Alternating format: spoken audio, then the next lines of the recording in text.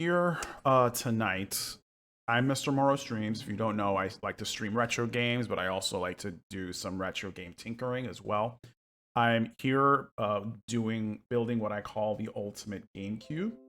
The and the reason I call it that is because it's going to be the last game, one of the last GameCubes that I ever sort of do or make.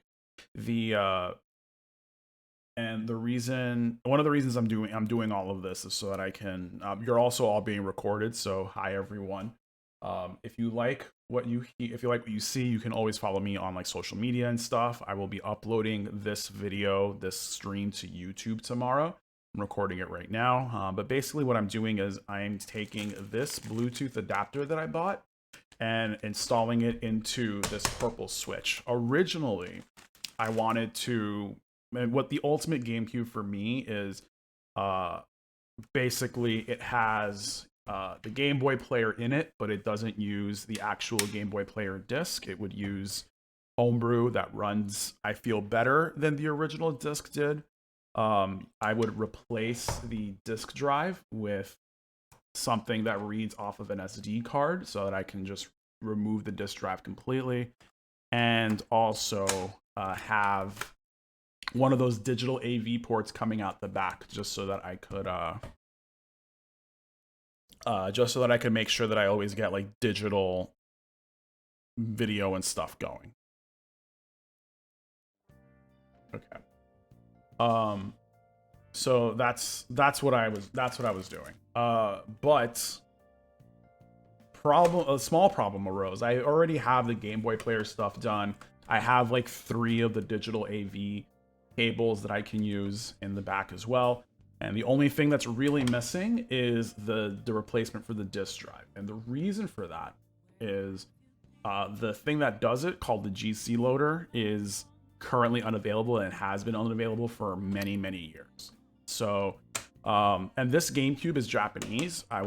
So it doesn't normally read American games, so that's why I was going to do it. If you replace the disk drive with an SD card reader, you can play American games on it. Right now it has a Japanese copy of Smash in it. So that GC loader is currently like not available. Unfortunately, a lot of people, there's this new thing called the Pico boot, which is you solder a Raspberry Pi Pico into like the side of a GameCube, basically right over here inside, and that lets you use alternate boot methods with that. But I decided not to do that, one, because I feel like it's a little destructive. It's in the sense that like I don't like doing anything that involves soldering it or something that I feel would permanently change the console that I'm working on, or that I like to use. And I'd like to do things that are a little bit more reversible than that, so I wanted one of those. In the meantime, though, so like this GameCube, this orange one, I'm going to put to the side. I won't be installing this Bluetooth adapter into this orange GameCube today. I'm definitely going to end up getting a second one, and I'm going to end up getting 2 of those SD card readers for these GameCubes. Oh, hi, Kika. And the reason that I'm going to do both of those for these, and I'll tell you in a moment. So this is like a Japanese GameCube that I bought, and you can only get orange ones in Japan. So what I'm doing instead is I'm going to replace the control panel on this purple GameCube. This is my own personal original GameCube that I got in 2001, just in time for Smash Bros. Melee. I am going to replace the control panel in here, and there are 2 reasons for that. The first is the control panel, for some reason, I'm not sure what it is, but it does not currently work with my arcade stick. And I have an arcade stick that works in the GameCube, specifically for not arcade games, fighting games, 2D games, and Game Boy games. Like I love playing 2-dimensional games on a stick so that I can relax my hands. But the controller port 1 on this GameCube does not accept the stick. 1 and 4 doesn't accept it, but the middle two do work with it. So you say, oh yeah, why don't you just use those? Well, I like to just be able to plug it into player one and just get working with it right away. So that's what I'm going to be doing tonight. The way the stream is going to work today is it's going to be sort of in 3 parts. I'm going to go, so what I need to do is I need to take the shell apart for the GameCube and then take the control panel out and replace it with this here. And so that's going to be the first thing I do is I'm just going to go ahead and take it apart and take the control panel off. Then I'm going to take a small break. When I come back from that break, I'm going to install this in it and this Blueretro adapter inside and put it back together, take another small break, and then after the second small break, the third part will be just me testing out games and different things. So yeah, like just giving you the lay of the land for tonight. And just so that you know, like there are different things that are on this GameCube already that I'm gonna like have to talk to you about. But basically, like these 2 memory cards here, you can probably notice that there is an SD card. There's no soldering required when replacing this, and this is the best part. If you didn't know, this Blueretro adapter, like I'm go ahead and take it out. The Blueretro adapter is a it is a control panel replacement that enables you to use Bluetooth controllers on your GameCube. So I'll go ahead and take it out. You can see that it looks just like the front panel, the inside of the front panel of a GameCube. It gives it some like functionality with the reset button, but essentially, and it like also replaces this battery compartment thing. So yeah, like it's a complete drop-in replacement. You just use some wires for a few things and then you're good to go. And so one of the other reasons I wanted to fix this GameCube up a little bit is I do want to take it apart and clean the disc laser that's in here because I'm having some trouble reading discs sometimes. And in the future, I'm going to just completely remove this disc drive and put in the SD card reader instead. But I have to see at some point. It's ridiculous. So like it just has not been available for quite some time, and I wish it would be. And the moment it does go on sale, I'm buying 2. So yeah, this GameCube itself is almost completely stock. And the only thing that does not keep it stock is these 2 memory cards. Now that I take them out, they are. The one on the left enables homebrew, so I had to label it hack. And the way the hack works is that it reads an exploited save from Legend of Zelda Wind Waker. And so I don't use this for like playing games and stuff. This is just for playing off hacked games. And then this second one has an SD card in it. It has homebrew in it as well. So I try to use that. I try to use this one for keeping some homebrew in it. There is one other thing that I do that isn't stock for this GameCube, but I'll talk to you about that in a second. Actually, no, there is more than that. There's this adapter in the back. It's called the Eon Mark II. It allows HDMI from the GameCube. I can just go ahead and take that out. It's just a dongle that connects the digital port. And also, if you're watching the stream on YouTube after the fact, I don't entirely recommend this one, only because it's almost twice the price of other adapters. It does enable things like optical audio out of this port as well as analog audio, and you can use a Wii component cable to get analog out if you'd like, but neither of these really works as well as they should, so I feel like the price I paid for them isn't as great. You basically want to use the HDMI cable almost 100% of the time, and there are dongles for that you can get for, like I said, almost half the price. So yeah, I'm gonna go ahead and start taking this apart. This is the Game Boy player. I got a purple one. You can only normally get the black ones in North America, but I did import a purple one. I believe you probably saw my orange one here has an orange GameCube player. Again, Japan exclusive. And I have a black and silver GameCube that also have matching Game Boy players as well. Like I said, let's go ahead and start taking this apart. I have to use a coin to take off the Game Boy player. I don't know if anyone has ever used their nails for this.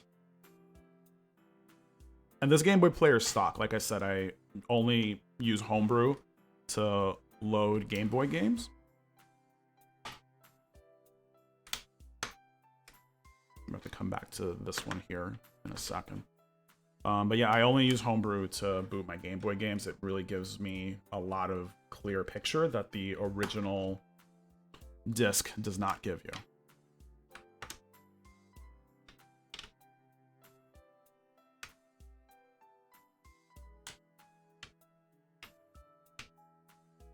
All right, cool. I was able to get these off, so I can just go ahead and take this out. Put this on the side. So this is where the Game Boy player plugs in. The only other thing that's not stock about this GameCube is that it has this in it. This is another SD card that I keep a bunch of games on. This has like, what, 128 gigabytes of storage on it. So I have a bunch of games on this. And you use Homebrew to launch games off of that. Again, no soldering required. So before I do anything else, I am going to go ahead and take a look here because there is a QR code here on the Blueretro adapter that has the instructions for installing this. So I'm just going to go ahead and see if I can read that.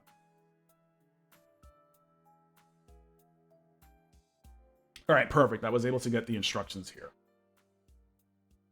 I'll put this here to the side.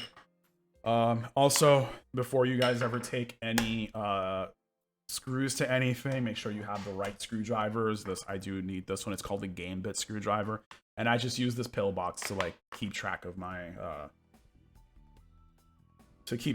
screws and stuff. So the first step is to remove the four buttons, the four bottom screws. There's a special screw that requires a Game Bit screwdriver. I have. You can find them stores. They give you one for Amazon. All right. So first thing, let's go ahead and take these apart.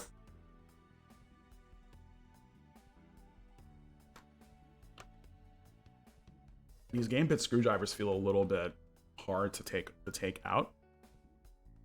Like I feel like if I do it wrong enough, it'll strip the screw. But all right, there's one.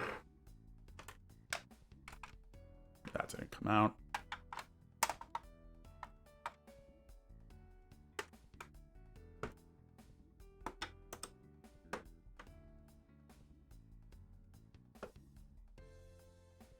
All right, I'll just leave them be for now, I guess. So I also need practice on like centering objects for videos and everything. All right, there's two. Wow, that's been in there for a very long time. There's three. So if you're watching, please go ahead and let me know how you guys are doing as well. I'm just chilling out, taking apart my GameCube. But yeah, like the reason I want an Ultimate GameCube, or what I call it that, because I've seen a lot of videos, especially from some video game vendor sites and some like shilly sites, that like the Ultimate GameCube is this one with this really crappy screen from back in the day. And there they go. All right, there's two. Only the two on this side came out. That's interesting. Oh, there's three. I need one more. So I don't know if you ever remember the little screen for the GameCube. Like it would basically come onto the top of this and make it more cube shaped. But you know, they put that on. They put some like third-party add-on speakers that would go with that sort of screen, and also like a battery pack to play it on. Like it was a cute video, but it's really not like helpful if you want to play your GameCube in 2022 or 2023. Like that's not going to help you. You really want like the least latency available on your unit and everything. All right, so I can go ahead and pull the top shell off the console. Note this shows more components that may not be installed. Oh, because these guys have the SD card reader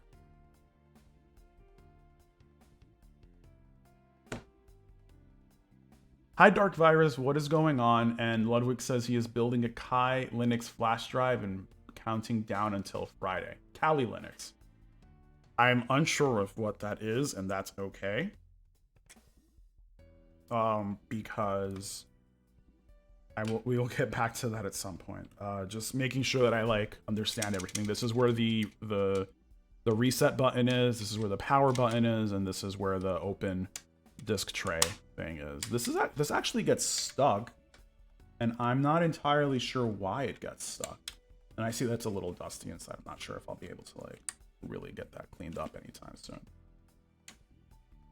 Oh, ew. Look at what this looks like on the right side of the GameCube. Okay.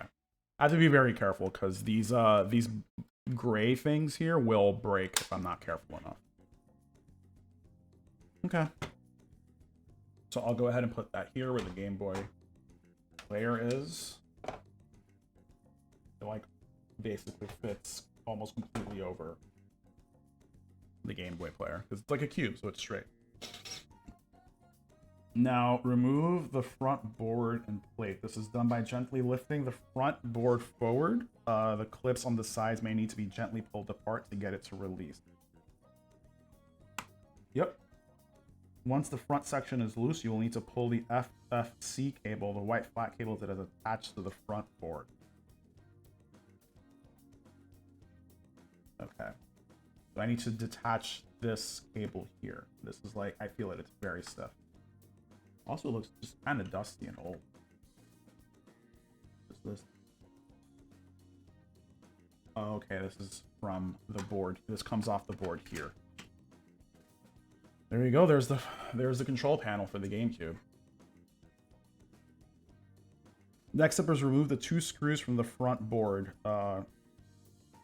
Pictured as the new board, but the process is the same. Once removed, pull the old front PCB off the front plastic. So there are 2 screws, 2 Phillips head screws here. One here and one here. I'll go ahead and take those apart as well.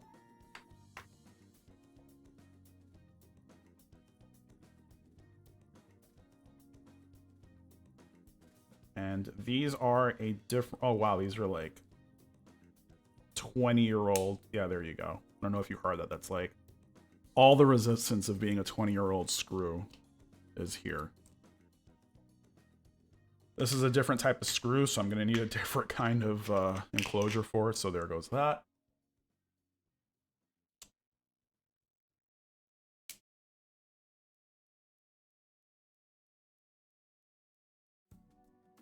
And there goes the second screw for this. And I can go ahead, according to them, I can just move this off. One of the mods that a lot of people like to do with their GameCubes is put, because these, if you can see here, like right here, these are a little hollow. You can put little LEDs here, and those LEDs will light up. Also, yeah, one of the reasons I wanted to replace this on my American GameCube is that this battery ran out, so it will constantly ask me to pull in the date and time. So now that I have a new one, this one has... Oh, move this. Now that I have this new one, the battery can come in and out. I don't have to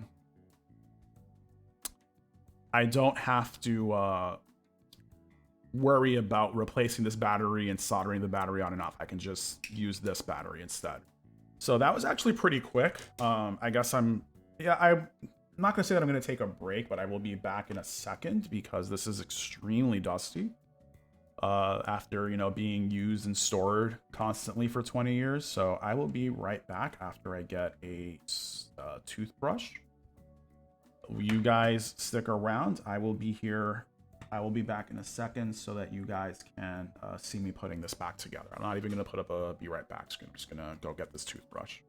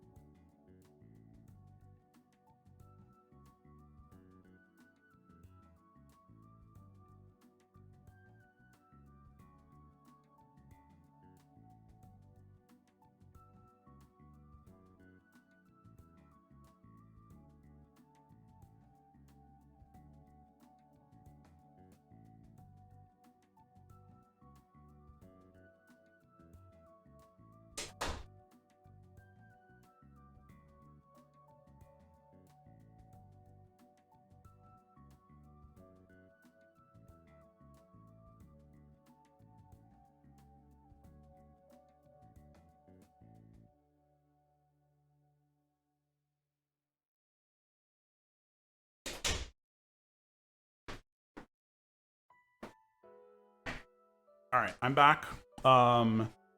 So one of the other things I had to do, I keep like bringing up new things that I have to do. I've been having some trouble reading discs on this GameCube, so I'm going to go ahead and like clean up the lens for the laser up a little bit. Hopefully, you know, it doesn't. I can get it to work at some point, but the problem is just that like it shouldn't be doing that at all.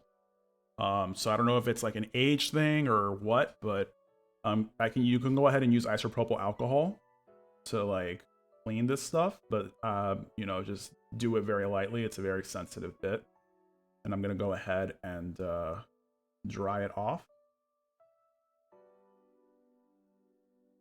Great.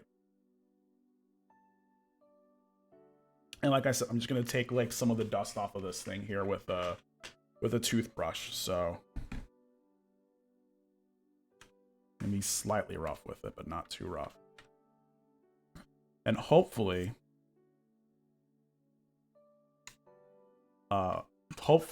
when I bring this back, when I put this back together, it works, and I don't have to go crazy with trying to figure out what it is that went wrong with it. And there goes that. Did I break something, or was that just dust? Here's the back of it. If you didn't know, the back of the GameCube will... the back of the GameCube will look different depending on which one you get. The original ones come with this digital AV out port. Oh wow, that is dusty. At some point when I replace the entire DVD drive, I am going to have to like actually open it up completely and take out all this dust. But for now, I should be fine.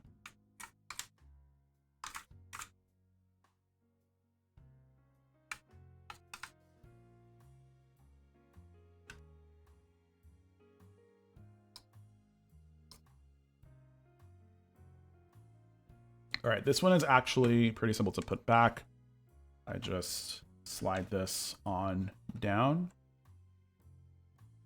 and connect that there. It's pretty much the same in the front as it is in the back. All right, that's dedusted. Let's go on to the next step for installing. The next step is to install the antenna into the front plastic. The antenna needs to be able to reach the antenna socket in the new board. He recommends that you go above the center two ports, the two center ports, but can realistically go anywhere above the memory card opening. So he will suggest that I put the Bluetooth antenna there. Or I'll zoom in a little bit.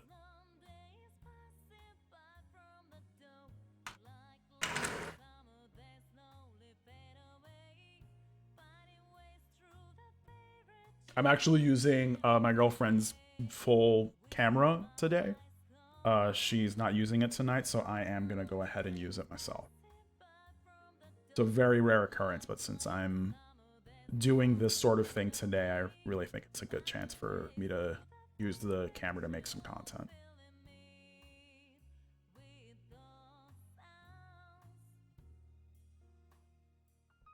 All right, they really want me to put it like really in between these two, so I will go ahead and do that.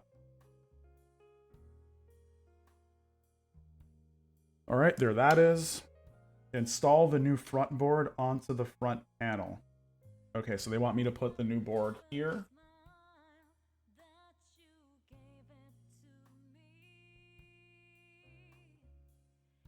All right.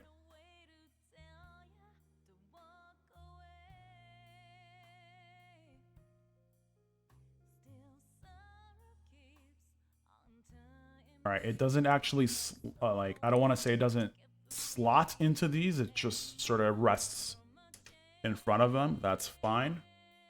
All right, these two screws are the exact same size. So I'm going to go ahead and I can use them interchangeably, hopefully.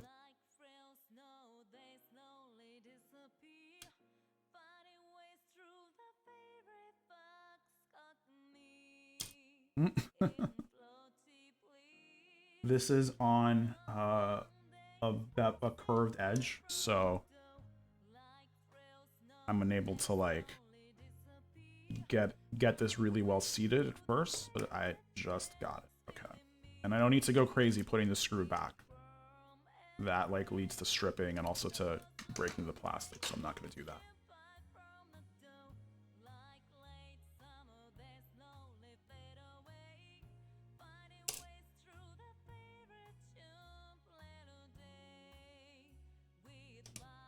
So far, when it comes to like projects for modding your consoles, this one is pretty good and pretty easy so far. I really can't complain. And now that I'm here, this screw does not want to go in.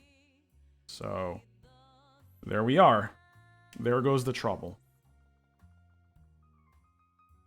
All right, this is going in. I'm just a little fearful that I have to push so much to get it in there. It's like I can feel the plastic bending under in my hand. So it's got to be very, very careful here. Hopefully that's good enough. I can't really push it in anymore.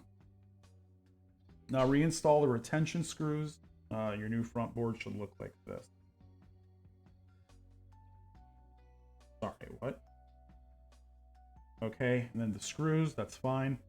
Plug the flex cable into the connector on the GameCube main board. It may need some force to press in. Seat it as far as you are able. The blue should be facing towards the front of the console, okay? Let me move my mic for a second.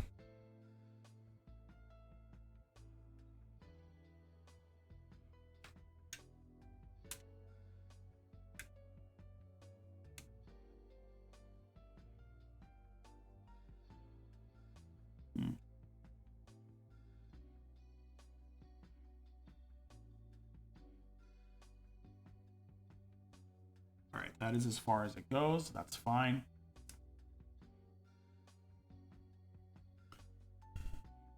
Reattach the front back into the console. The bottom edge gets set in first and tilts up to snap in place. So I just put them in like this and then snap it in. Great. I saw when I was watching the YouTube videos for this, like these broke off if you're like a little too forceful with it. Now unplug the GameCube power lead from the power board switch.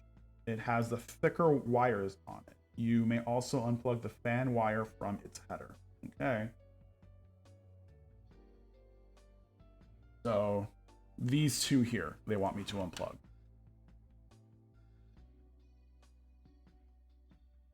Shoutouts to Nintendo. The GameCube is one of my favorite consoles of all time. Actually, let me take this out from here. It gives me a little bit more leverage to work with. Okay, there's that one. And then put this back in. I don't lose track of it. And then take this one out as well. Okay, there's that. Oh, this is the one for the fan. This red and blue one is for that. Okay, so what is next? Plug in the included wire harness to the now open power port. Okay. They give us 2 wires here.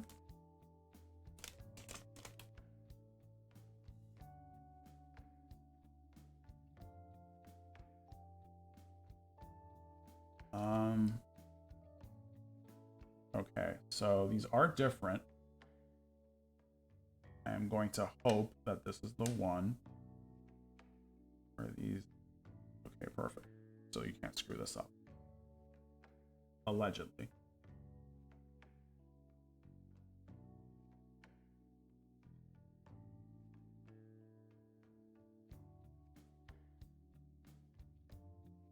Why is this not plugging in well?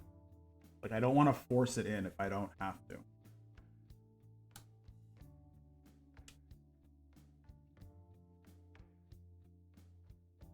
Oh, this is the one that goes in here.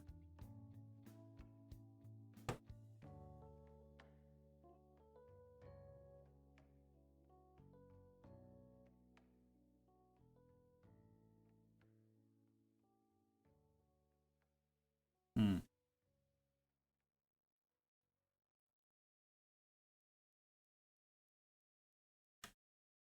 All right, there it goes. I think I saw what the issue was, but it's fine. Plug this wire, which I can route through here. Oh, I should put this under the... That's why they told me to unplug it.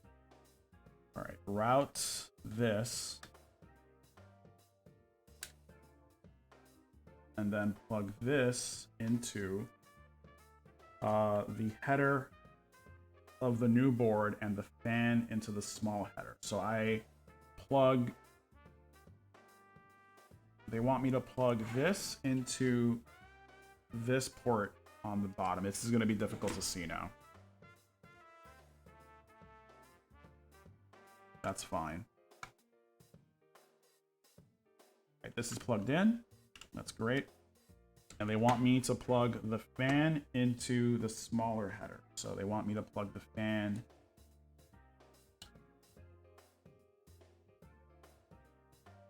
from out here. And I also need to like move... I need to move these wires so that they are seated well, because I want, when I close this back up, for the GameCube to just be very nice and snug. So they want me to put the fan into the small header. So, nope. Now it is stuck over there. That's fine.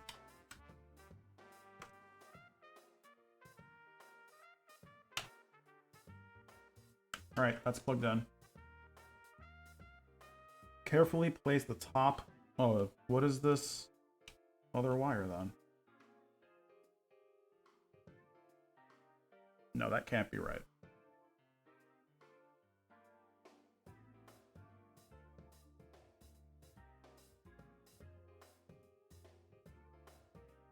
Oh, okay. I see what I did something very wrong.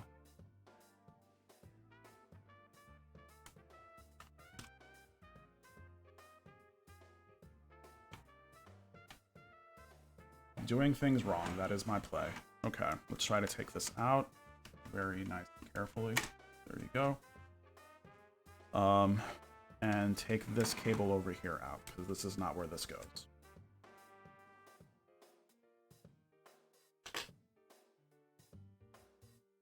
Let's make sure that this is seated well, that I don't have to take this out again. All right, fine. And put this back. I already knew I was going to screw up before, but here I am. So this is the power cable that I need to plug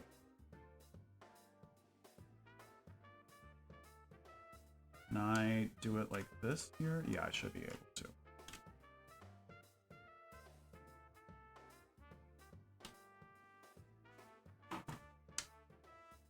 Sorry, so whatever it is that they call the bottom power cable, they want me to plug the GameCube cable into here first.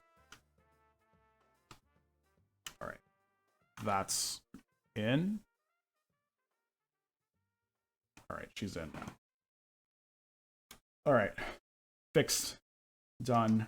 Let's see if I can maneuver this cable a little bit so that it's not, yeah, okay, great. This cable won't like get into the way of trying to close the GameCube. Plug the GameCube wire into that one and the fan in that one. So where does this one go?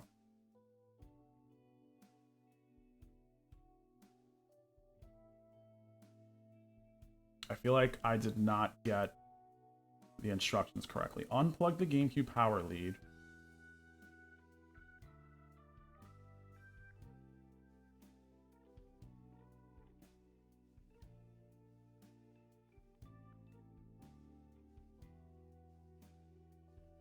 Install the antenna onto the front of the plastic. The antenna needs to be within reach. That's fine. Install the new front board into the front panel, which I did. There is also a screw coming out of it, a wire coming out of this that I feel like should have been plugged in to begin with. So we're going to take a look.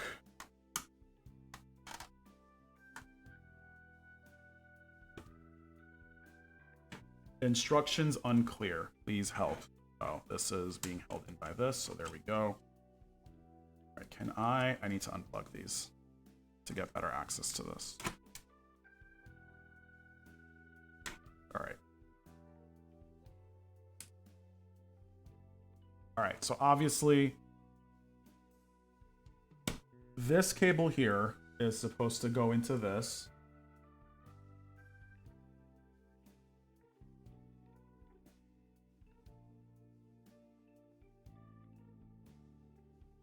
Truly maddening. Sorry, I was a little, not that I'm dumb, it's just that this cable came unplugged from the original unit, from the Bluetooth adapter, so I have to plug this in myself. That was literally not in the instructions, unfortunately. All right.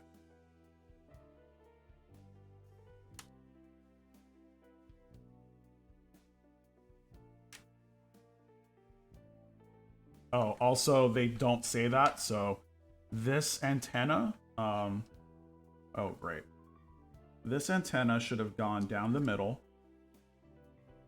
right? And around the PCB and up into this socket here. So let's do that. You guys have never seen a PC before. PCs that have Bluetooth things in them have something that sort of looks like this combination here.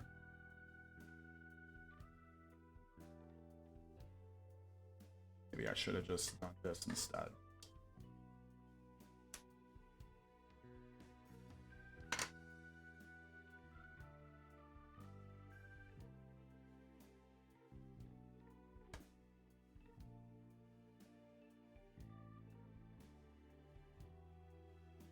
Not staying in.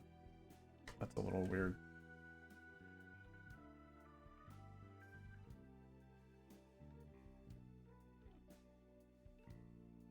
There you go, it clipped, finally. All right, here's what we are going to do. We are going to move this to the side and loop this over here in this direction. I feel like that's not right. I'm just going to do what I was originally going to do anyway.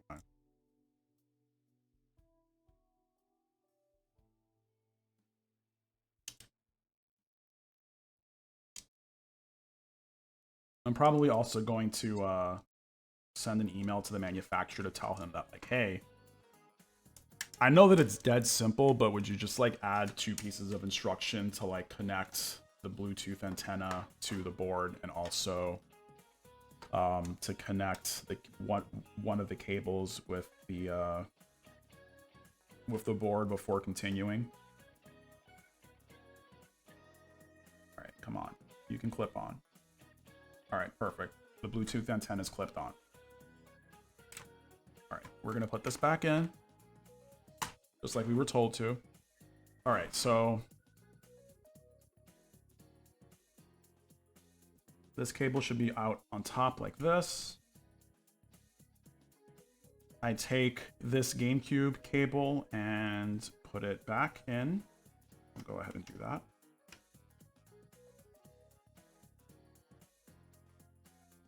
And hopefully this keeps me from doing something dumb when I put it back together. I feel like the putting it back together is much difficult than taking it apart.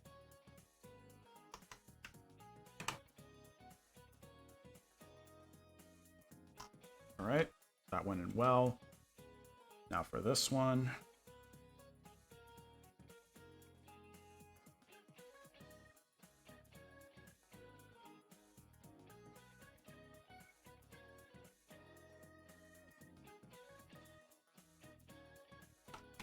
All right, so there goes that.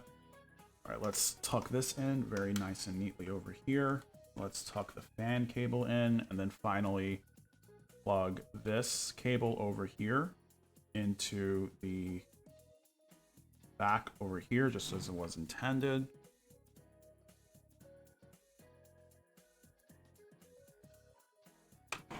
And I'm having trouble plugging that back.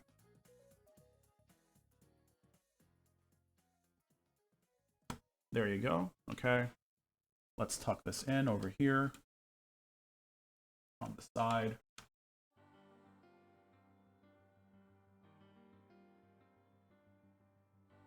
And the cables should now be out of the way enough that they don't get in the way of anything. All right, cool.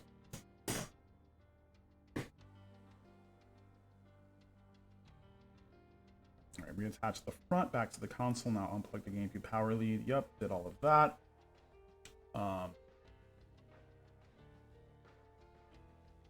Instructions were not very clear always, but carefully place the top of the shell back onto the system. So we are at that point. All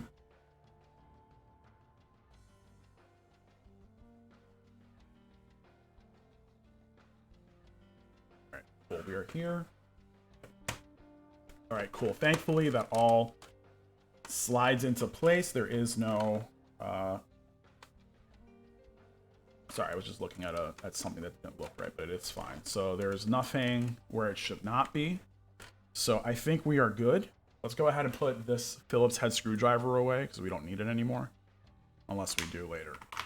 Fingers crossed. All right. So all that's left to do is to put the game bit screws back into the GameCube.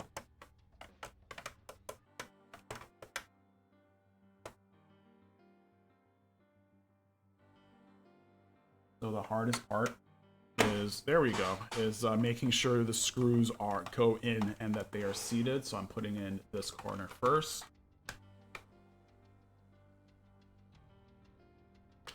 And then hopefully the next time I have to open these screws again is when I, see if I can,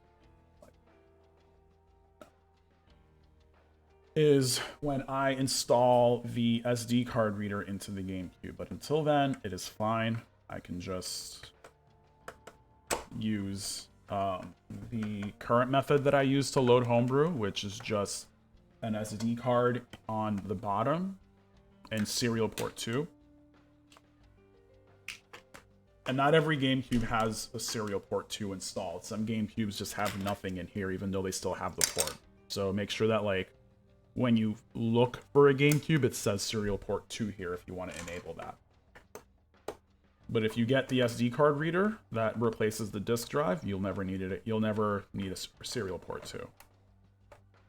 All right. There goes 3 screws, and then the final screw goes down here. Does it? Yes. All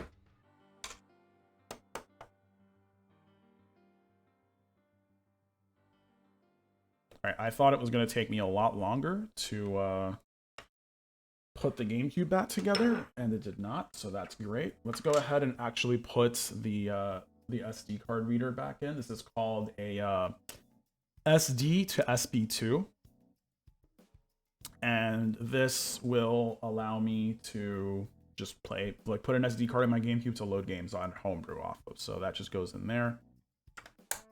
That slides in. And finally, also, yeah, there's an extra wire that they didn't tell me about. So I'm just going to assume that the extra wire does nothing. It probably plugs into if you get a custom fan put into your GameCube, which I did not, you would use that. Yeah, it was pretty quickly. I kind of recommend the mod. I'm putting the screws back into the Game Boy player. I kind of recommend the mod, but only in the sense that, like, it was easy enough to do, but I'm going to go ahead and email the guy to just let him know, like, hey, everything comes apart. Make sure that you put in the instructions to, like, put certain cables in before you start doing things. All right, there goes one screw for the Game Boy player, and I'll go ahead and put this one in.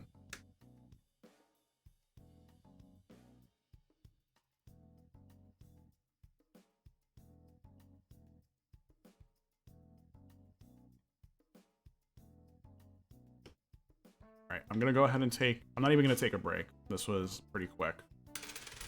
I'm just gonna go ahead and drink my water right here.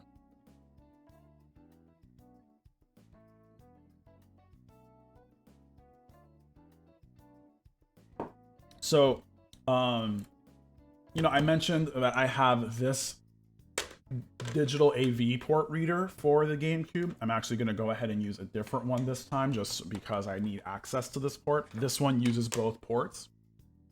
because it takes the analog audio from this one. But what I'm going to go ahead and do is use one that only uses up this port so I can free up this second AV port. So I will be right back. Also, this is the original board. I'm going to go ahead and put it in this plastic bag. Hopefully it is a non-static bag that they gave me.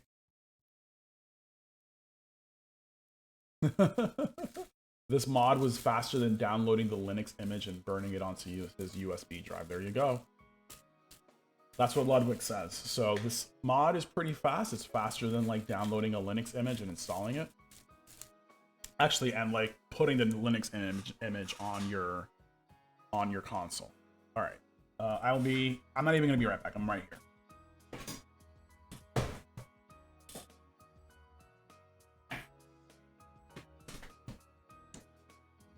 This is the Insurrection Industries Carby. This also allows you to take your GameCube and output your GameCube output and output HDMI.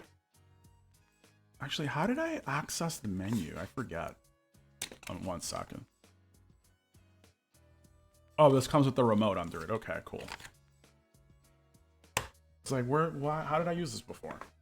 1 second. I do need I do need a game and I do need a controller as well. So I'll be right back.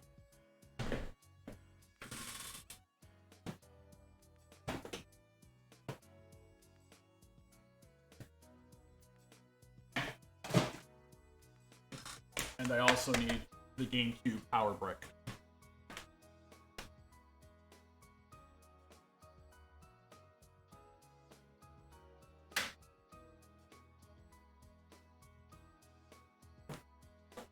Alright, cool. Here is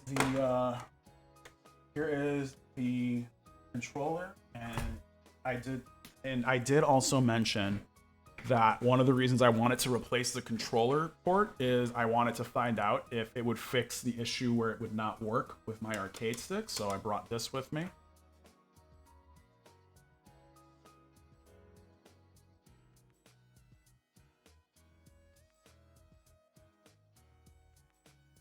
Okay. So they say I can just go ahead and plug it in. I will go ahead and do that. Let's go to here. And this will work. Hit shift. No. Alt.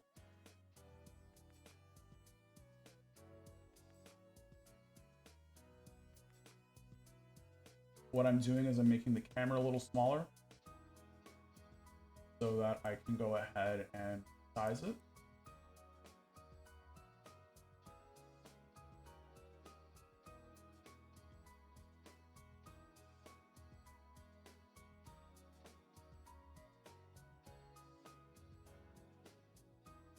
And then, so that I can go ahead and plug in the GameCube and see if I can start getting everything working.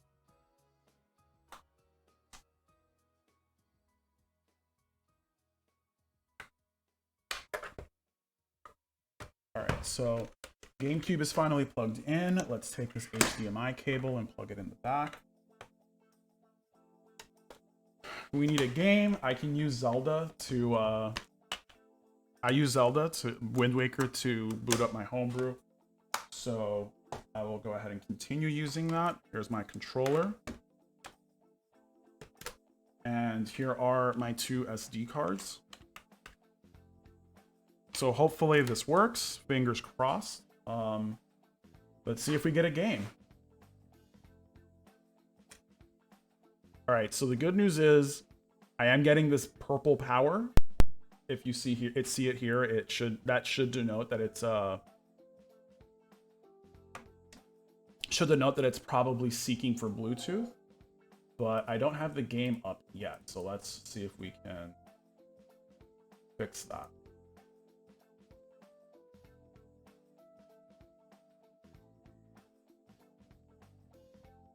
Well, that's weird. That's fine.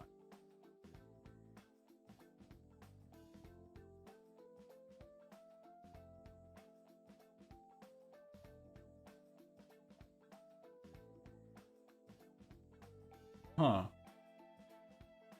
So the GameCube is working. I see it in front of me right now. So I don't know what is going on.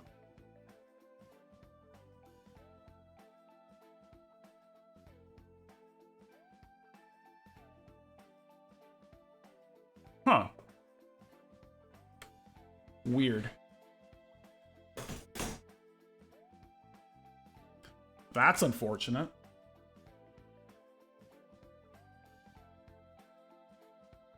Oh, let me put this back here as well.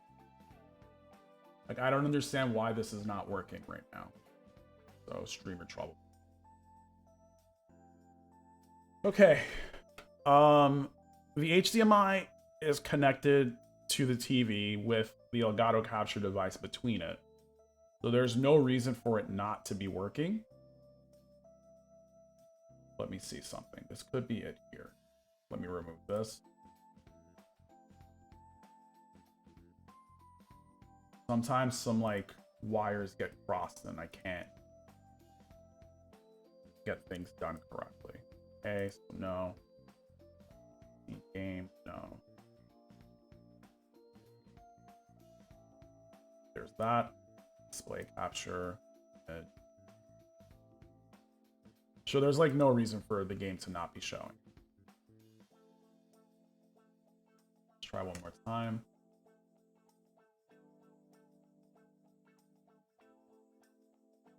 Okay, there it is. I don't know what was going on there.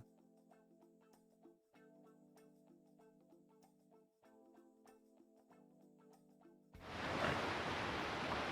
So hopefully, if this is working correctly, you should be able to hear the game. The game should also be very loud. So let me turn that down.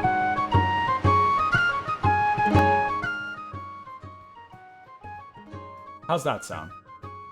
Better? Worse? Let me know. Okay, great. So you should be able to see that there.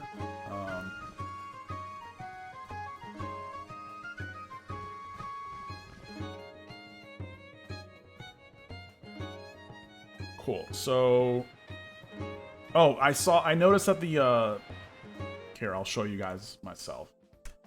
I was like, yeah, does the controller actually work? Yes, it does. It has to because I pressed yes here in this portion of it.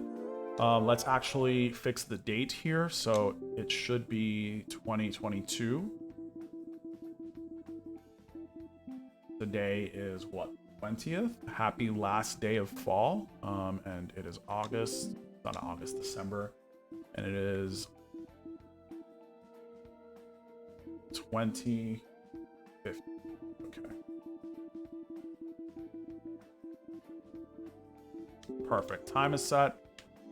So the good news is this controller works. And that's fine. So that's great. Now, here's what I have to do. I'm going to go ahead and try my arcade stick now.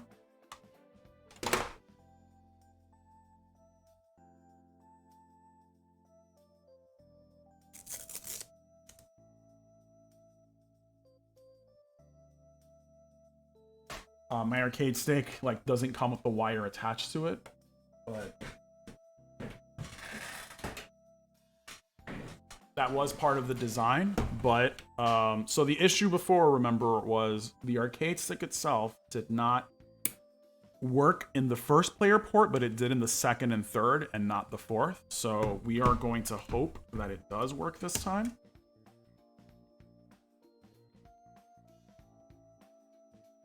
Okay, so actually, this is good news. It does work with controller port 1, so that did fix the issue. The board that I had was bad. And there was no replacement for it when I originally bought my stick, so there is that. This is great, specifically because I can play games like Soul Calibur or like a 2D fighter on the GameCube or like a 3D fighter that uses digital things on it. So that's great. And there is one last thing that I have to do. And that is to check the real reason for getting these things, and that is for getting Bluetooth controllers. So let's go ahead and Persona music always makes me happy. So let's go ahead and turn this off. I can go ahead. Yeah, I can use this just fine. I'm very happy with that. Don't need to have my arcade stick out anymore.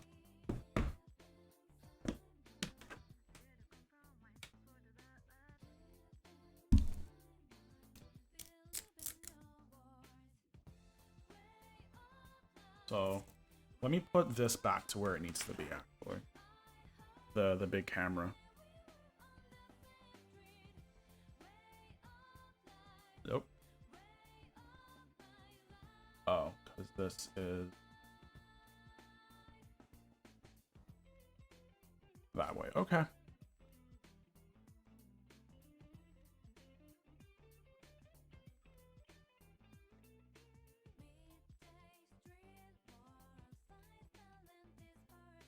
That's fine.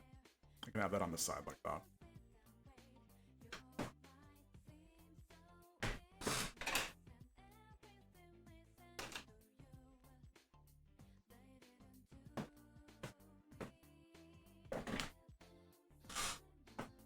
All right, we are going to see if this actually works the way that it should. It says that it will take most Bluetooth controllers.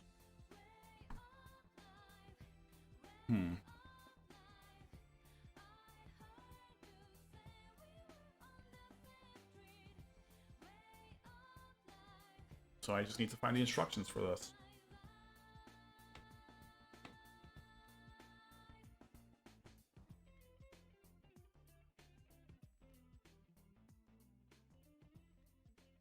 Find the instructions for GameCube Blueretro internal adapter.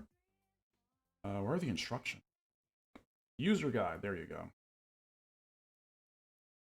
Pairing mode is indicated by the top LED flashing from red to purple, and the port that is being paired will be slowly flashing. When the GameCube is first powered on Blueretro, it is automatically in pair mode.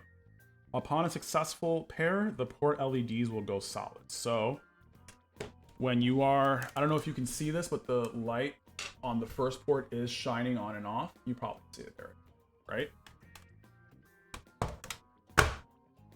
After a few minutes, the pairing state ends. To re-enable pairing mode later, hold the reset button for 6 to 9 seconds. The front LEDs will be flashing fast, okay? The reset button on the console has been converted to offer new functionality. That's fine. Macros. Oh. Well, let's just go ahead and put this into pairing mode.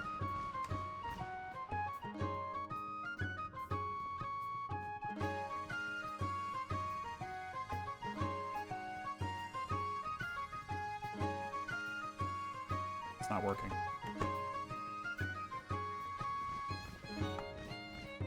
Hey Spooky Hunt, what's going on? I am putting a Bluetooth adapter into this GameCube, and it's currently not working, and that's fine.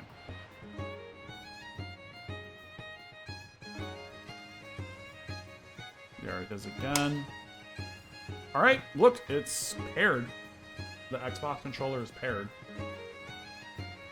We had Wind Waker playing in the background, that's fine. Let's see, does it press start? Black. Nope. Oh, something got pressed. Something got pressed.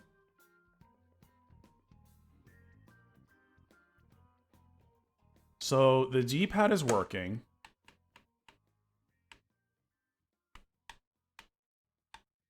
The left stick is working. The right stick doesn't seem to do anything. Let me see if A is A. No, A seems to be B. Oh, this is B on this. This is B on this controller here. All right. SD to SP2. So yeah, A is A, B is B. Wonder if there's a way to test X and Y. That's fine. So there it is, actually. It is currently working with my Xbox 360 controller, and that's great. However, we can go even further. Let's commit some blasphemy.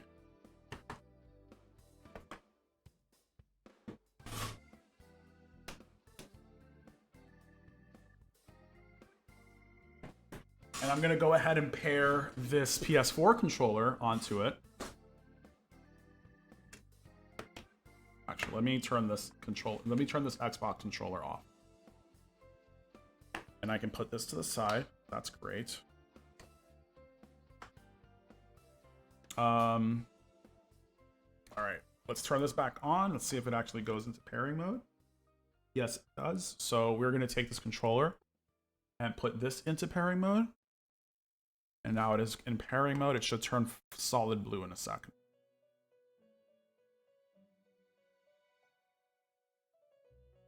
It is not. Okay, that's fine.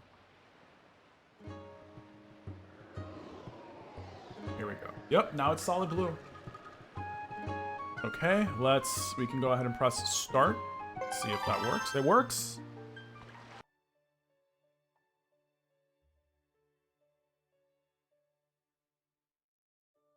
So here we are, committing blasphemy. I am now using this, let me reset this. I am now using, I should probably. All right, I'm now using this Dualshock 4 to play GameCube games. And actually, while I'm here, let's use this Dualshock 4 to play Game Boy. Actually, you know what? First, I want to see if I have Super Mario Sunshine here. Do I? Because if I do, there is one specific thing that I want to check. Super Mario Sunshine. There it is. Okay. Okay. So it is going to be able to boot from that. What am I booting this from? Serial port 2. Perfect. I don't need this memory card here.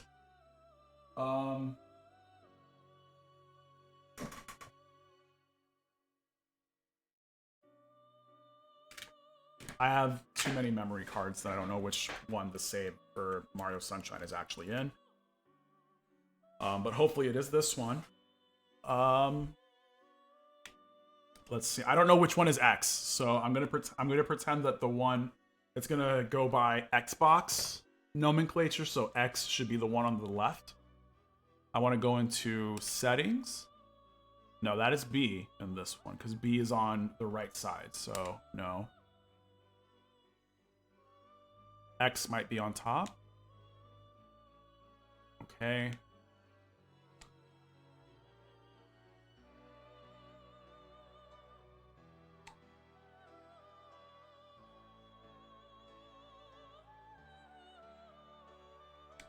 All right. So X is the one on top. Y seems to be cheats. Sorry. A, B, X, Y.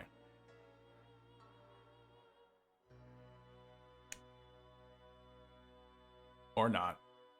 A, B, X, Y. There you go. All right, this is Forces 480p. I don't need this specifically, so I'm not gonna force widescreen. And everything else is fine. Let's go ahead and save this. Make this camera small. And boot the game. There's one thing that I want to check, and that is the GameCube has analog triggers for its buttons. And, you know, for example, Mario Sunshine will use this. If you press it harder, Mario will... did I break something? If I press it any harder, Mario will stay in place and use water. So hopefully, like, this helps with that. Let me make this a little... Oh, it's not the full part of the screen. That's good. Alright. So like I said, we're here playing Mario Sunshine on a PS4 controller on official hardware. Which is fine. It's fine.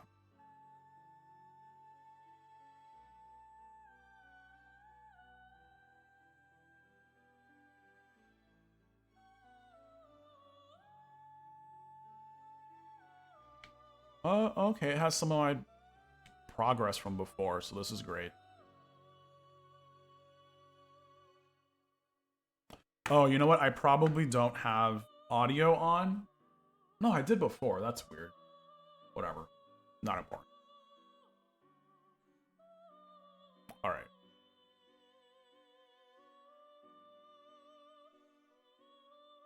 No, that's the Z button for sure. All right.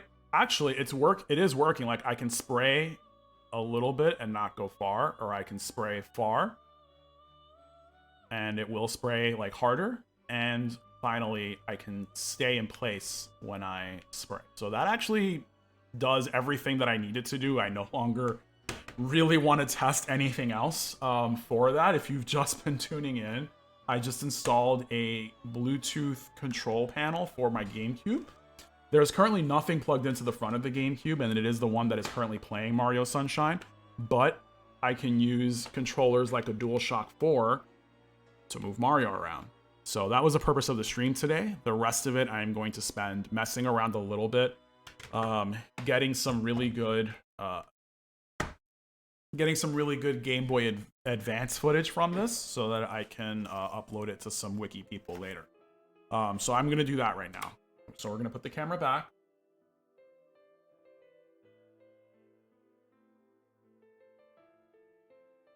It was actually a really easy, a very easy project to do. It took a little less than an hour. Like, it's already 9:11, and I can very simply start playing my games on a DualShock 4 if I wanted to, or a 360 controller if I really wanted to. So that was that. And this is like my most successful modding project, only because I am famous, absolutely famous for destroying other things that I've used previously. So like I said, I am very happy with the results of this. The only thing I'm going to do now is play some Game Boy Advance games for like maybe an hour and a half on these Bluetooth controllers, just to see how that is. Oh, no, actually, there is one more thing that I wanted to do. My apologies. My apology. Very important. Very, very important. Not this Zelda game. There is another Zelda game that I wanted to try.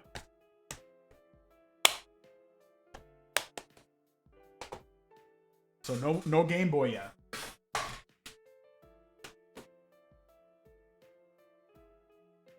But what we're going to do is we are going to play Ocarina of Time Master Quest. But here's the twist. Because I have now allowed myself to use Bluetooth controllers, we're going to use this N64 controller.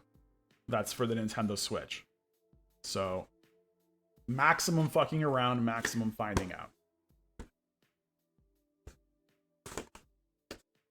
If you guys have been following me on social media, and you should, at Mr. Morrow Streams on pretty much everything, I've been having some trouble getting these controllers because they sell out very quickly when they go on sale online.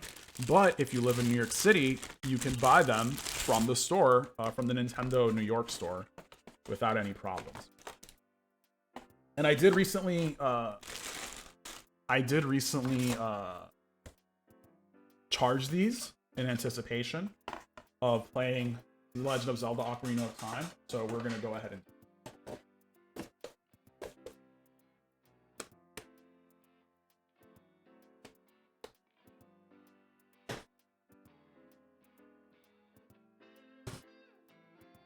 All right.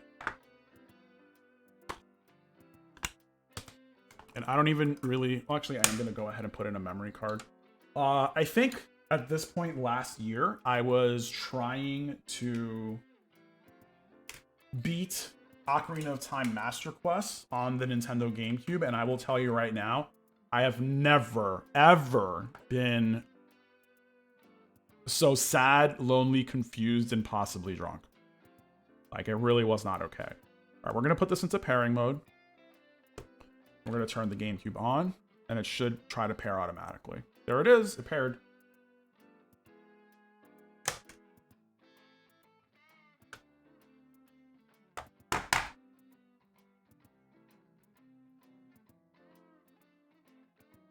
All right, let me just fix this camera here. Oh, okay, that is not how that's supposed to go.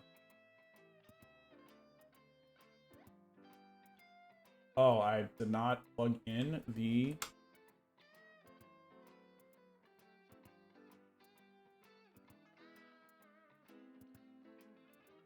I didn't plug in the GameCube to the HDMI, and that's fine.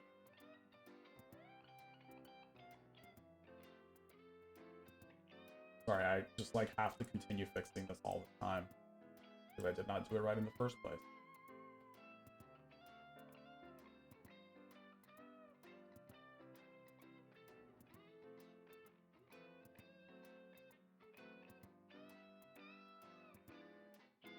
Great.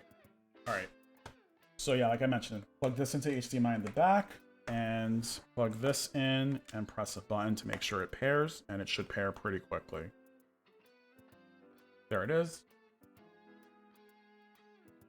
All right, like I said, I'm going to play Ocarina of Time on a GameCube controller, as it should be, but through Bluetooth. So let's see how that goes. We're gonna play a regular Ocarina of Time. We don't do Master Quest. No, thank you. We don't do that anymore. I hope you guys are enjoying this as much as I am. Like I'm pretty ecstatic about all these things that I'm doing right now. And I'm gonna keep it on just chatting because if you guys want to talk, if you guys want to tell me anything, please go ahead and do so. Let's see. A button works. Also, the only save file that's here is my system. Okay. That's fine. That's fine. I will live. Alright, so A is still acting as A. That's great. B, okay, that's still acting as B. Z, what is Z? Z is Z targeting. Nice. Okay, so L seems to be Z on the GameCube controller, but if I put C down, what happens? Okay, that is also the Ocrarina. C right is the egg. C left is the slingshot, and that's great. And I do not know what R does. What does R do in Legend of Zelda Ocarina of Time? That's a little weird. Oh, R should put up the shield. Let's see, does C up? Okay. Start works. Okay. Okay. So the D-pad in Ocarina of Time would bring the map up, put it away. So, yeah. R, which is this button up here, is how you defend, but if it's set to C down, it's set to Z, which is also C down. R, raise shield, or scroll through subscreens. Okay. So we do need to fix one thing, and that's fine because it does tell us how to... Sorry, macros. Web interface. Okay. Sorry, the web interface allows me to change the controls. Let's go ahead and do that. This is probably, yeah, like I said, these are both probably mapped to Z.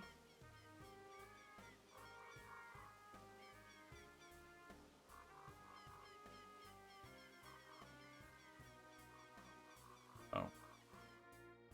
Right, these are probably both mapped to Z, so... I have to figure out a way to change this. The web interface is a powerful tool that enables, so this is a link. Let's open a new tab. Visit on the device you would like to connect to the Blueretro receiver. Click the link to the action I wish to perform. Pair up the click the pair Blueretro option at the top. Disconnect all controllers from the console. Hold the reset button for 4 to 6 seconds. And the device should show up in the list and select Blueretro. Okay. So let's go ahead and do that. Click what I want to do. Click the pair option at the top. Disconnect everything.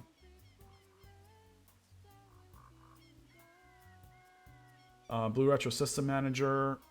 Resets. Controller Pack Manager.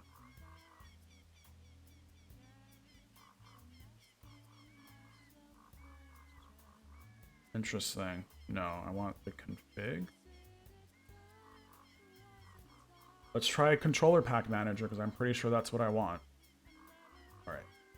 2, 3, 4.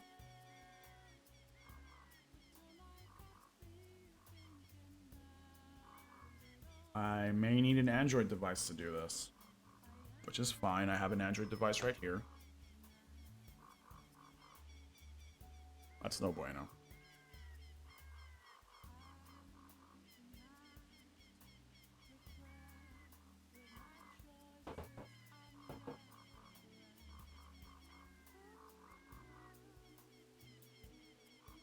Yeah, I probably need to use my Android phone for this. So we're gonna take a small break while my Android phone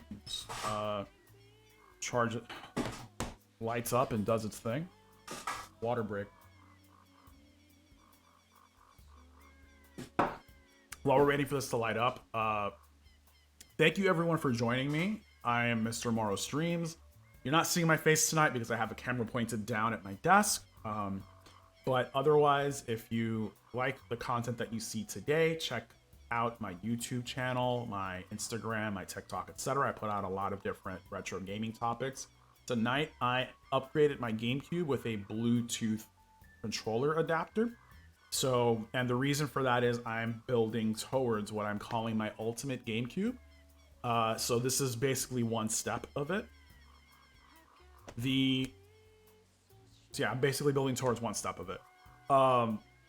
Using Bluetooth controllers instead of trying to find wavebirds is so much better because at that point you no longer have to look for wavebirds that are used. Oh, hey Blanco, what is going on? Yes, I am tinkering today. You missed it, but if you want the rerun, I will be posting this video on YouTube tomorrow. So I went ahead and installed a Bluetooth adapter to the front of my GameCube. You can see the little light there that's blue. Hey Urban Lens, what is going on? What is going on? How is everyone tonight? So yeah, Bluetooth adapter to my GameCube. I'm actually currently playing Legend of Zelda Ocarina of Time on the GameCube on an N64 controller. The only thing that doesn't work right now is the R button does not work. It is currently set to whatever the Z button does, so it's basically R1 on one of these controllers. It should be, sorry, not that. R1 on a PS4 controller, it should be mapped to R2 default, so I'm looking for a way to actually start getting that done, and I will in a second. But yeah, like this is like, I'm looking at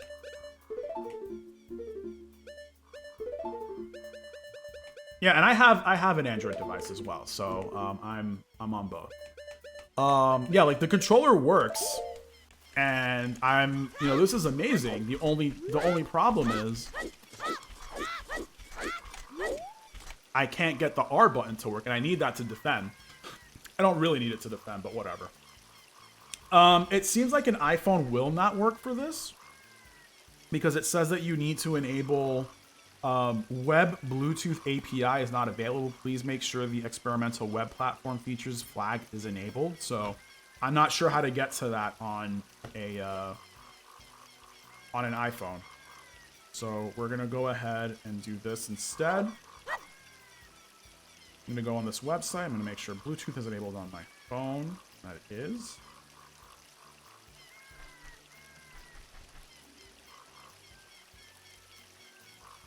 The product itself is called, let me make this big again, it's called the GameCube Blueretro Internal Adapter, and it replaces the controller port. One of the reasons I replaced it was the controller port did not work with my arcade stick, and I wanted to make sure if changing this did, and it definitely did. It works now. It's all great.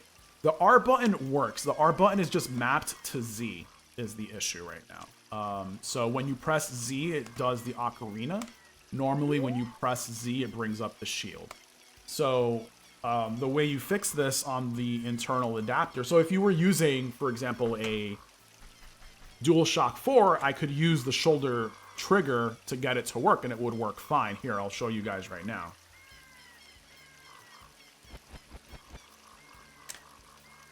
No, need you. There it is. No. Are you gonna work here? No.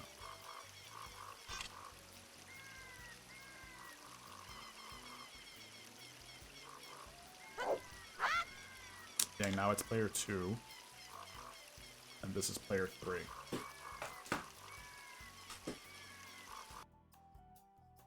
What exactly makes this the penultimate GameCube? So penultimate means before ultimate.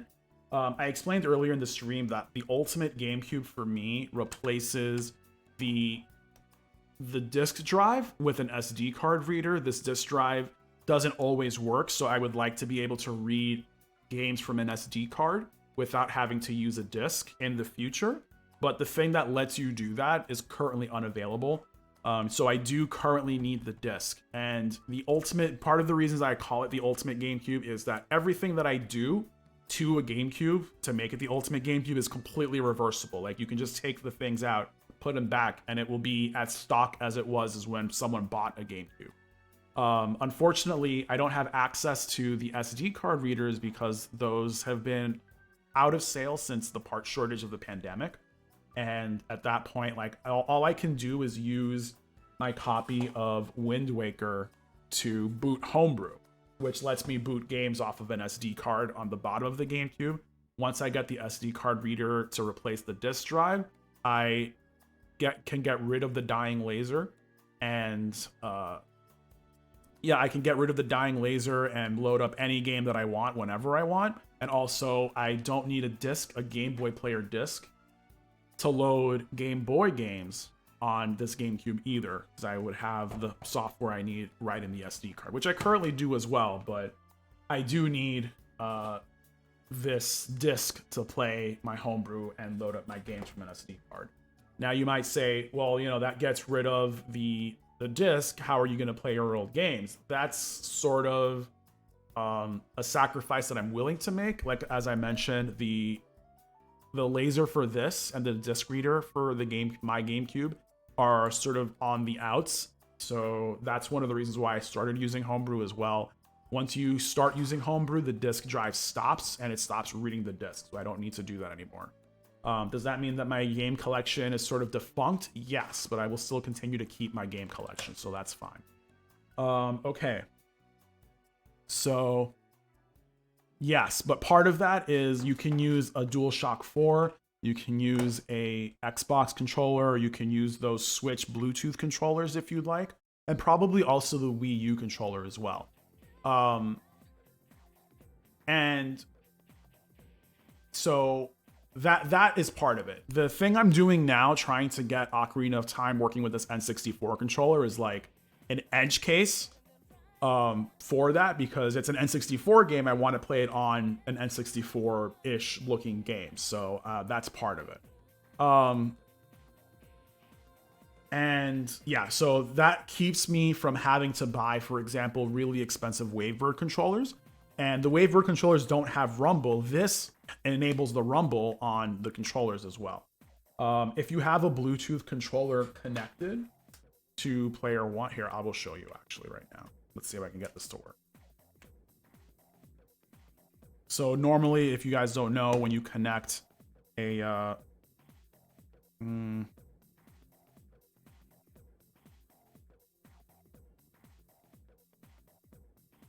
sorry. When you connect a PS4 controller to a console, it'll shine blue. There it is. Okay, so for some reason it's currently connected to player 2.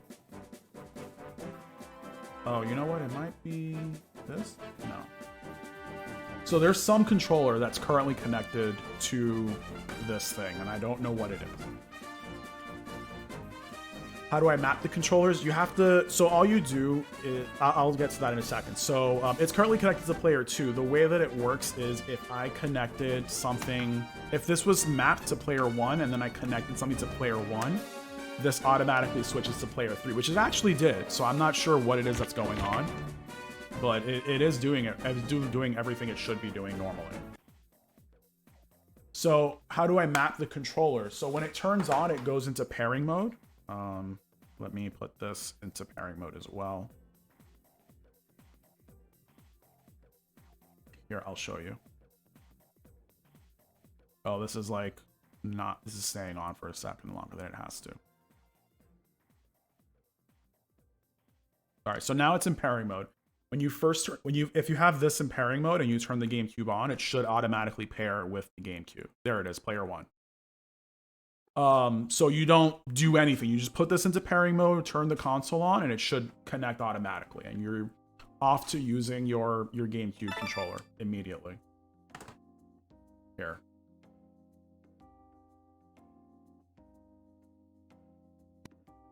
And it works as it should. Like I press X for A, square is B, circle is X, and triangle is Y. So everything plays great. Sorry while I load this up.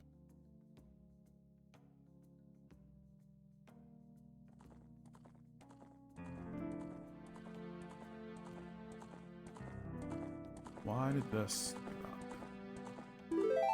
There it is. Okay.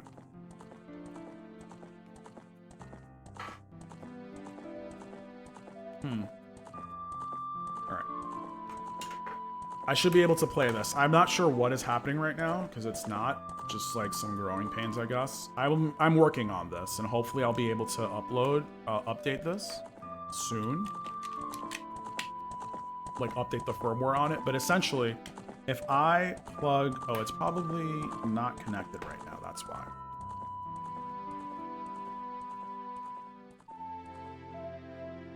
That was weird.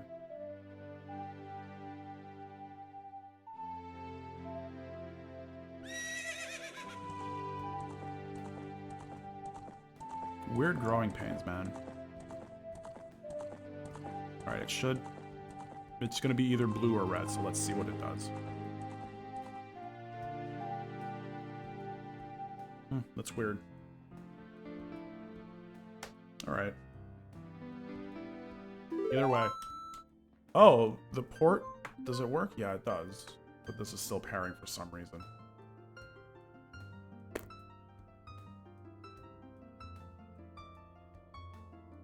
Let's see. Blanco says, "Wow, that's perfect. The shape of the buttons are the only button scheme I grew up with for a long time." Yeah. Oh, these you mean? That's fine. Is this still pairing? Yes. So it looks like it's not working. But I can probably pair this with the Xbox controller. See if that works, as it was in pairing mode a second ago. It still is.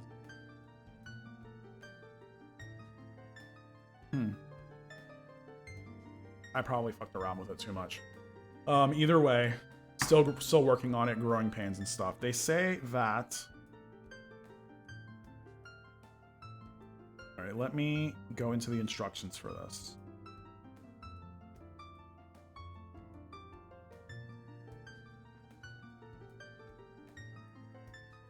To enable pairing mode later, hold it for 6 to 9 seconds. 1, 2, 3, 4, 5, 6, 7. Okay. Now it's in like pairing mode, so...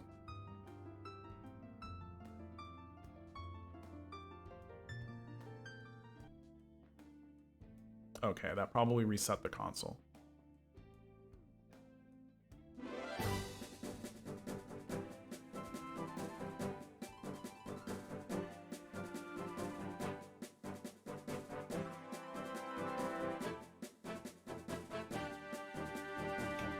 All right.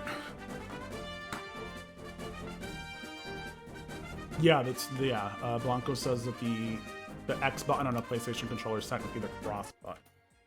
All right, I'm not sure what is going on right now. All my controllers are like being a little wonky, so let's chill out for a second, disconnect the GameCube, and see what it is that I have to do to make sure that these are connected.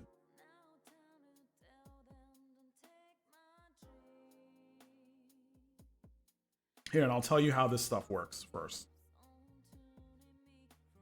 You can connect up to 4 Bluetooth controllers at once. Wired controllers are still usable. Like, you can still plug in a wire and it'll just move the controller over. LEDs in each port will let you know which one is being paired to and which one is currently connected to, and it does like put that cool LED effect into the ports that a lot of people like to do. You can remote power the console via macro controls, so you can turn the console on and off with a controller. Like, it'll put it into a little sleep mode. Multifunction reset button, configurable button mapping using the web interface on a computer or phone. Replaceable socket for the battery that does the time stuff, which I needed as well. Like, there's a whole swath of reasons why I had to replace the controller port for this, and I'm just glad I did it. Simple installation requiring only screwdrivers. So you only needed 2 screwdrivers for this, which was this green Gamebit screwdriver and a Phillips head as well. Let's plug this back in.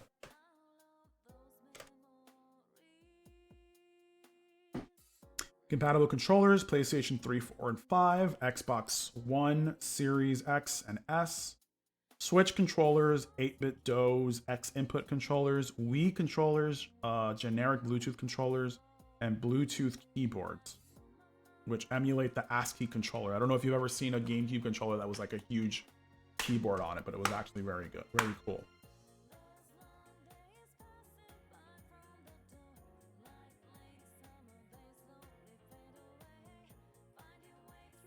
Okay, there are certain macros I should have disconnected some controller. Okay.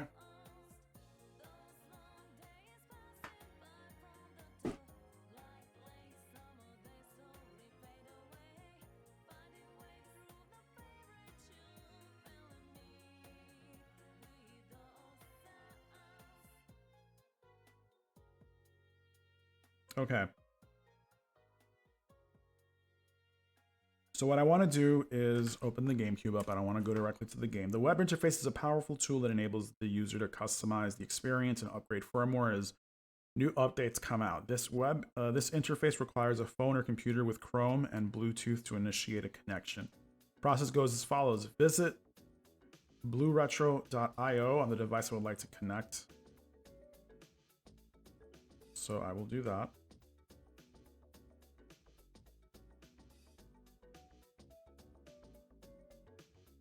Did I end up? No. I'm going to go ahead and open a tab and go to this website. And let's make this big. You can see what I'm doing. Okay. So it doesn't tell me what to do. It doesn't give me the let me go forward actually, because the instructions are here. Visit the website, click on the action I would like to perform, click the pair Bluetooth Blueretro option at the top. Disconnect all controllers from the console.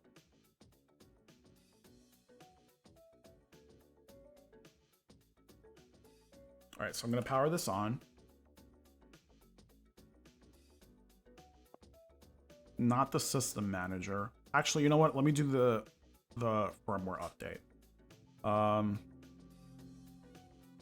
Let's disconnect everything and put everything in this mode and see if we can connect Blueretro.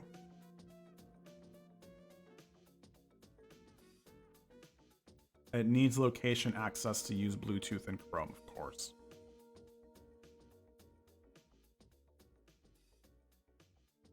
Okay. So it should be looking for the devices now.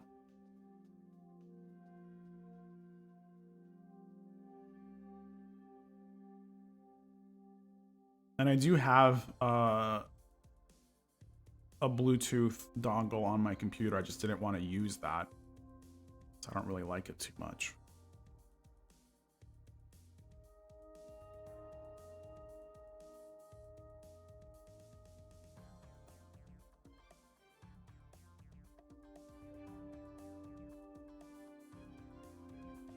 All right. One more time.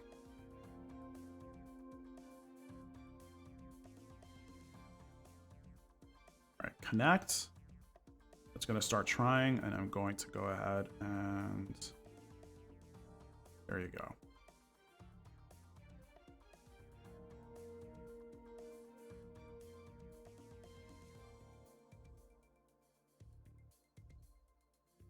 Bluetooth is on. This is what I get for being an early adopter. All right, let's go into the settings to find out if I can just connect this by Bluetooth.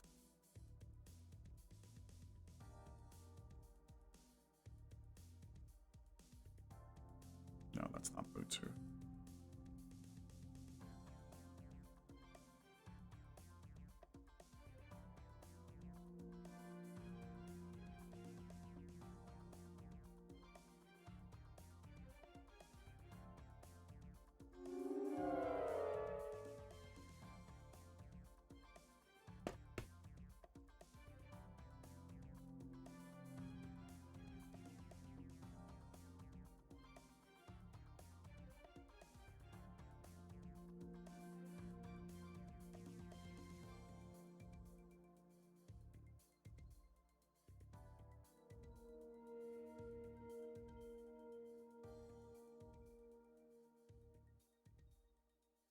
There it is.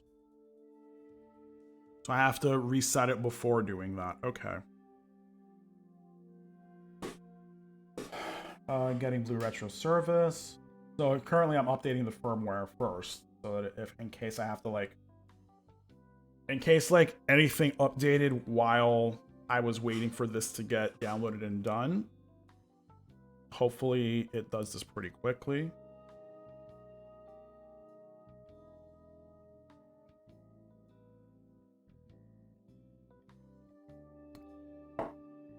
Bluetooth error, couldn't connect to Blueretro.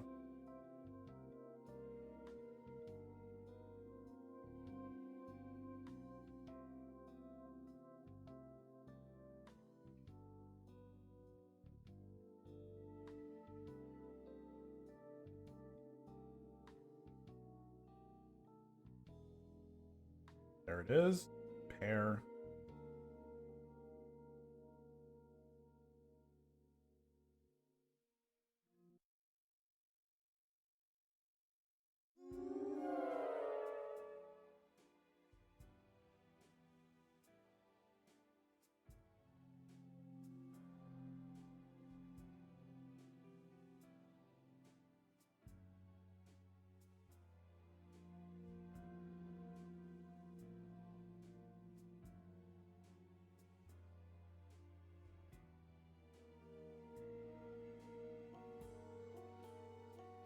I feel like this isn't going to work this time.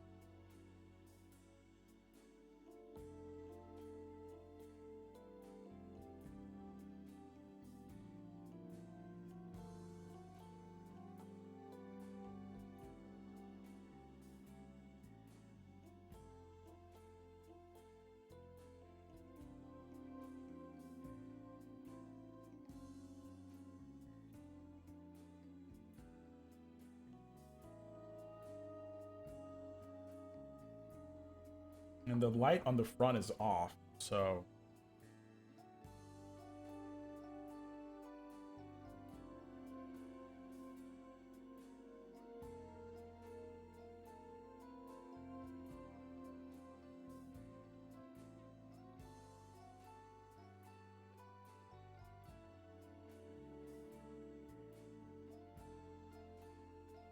I hope it doesn't have anything to do with my service. I have the service turned off on this, but not the Wi-Fi.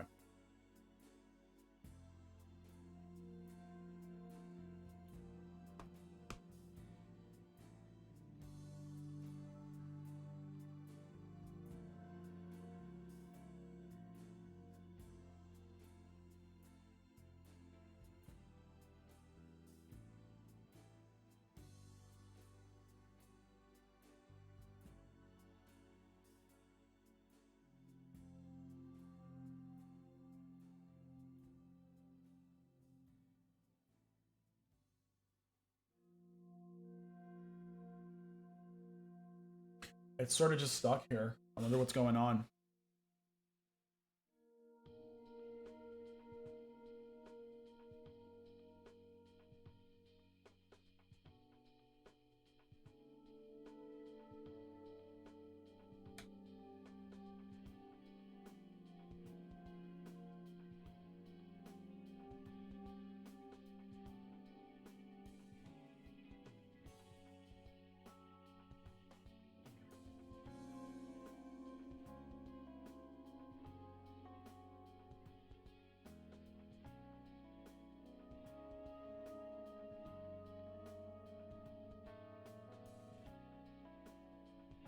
Alright, so while this is still getting something, I'm not sure what's going on.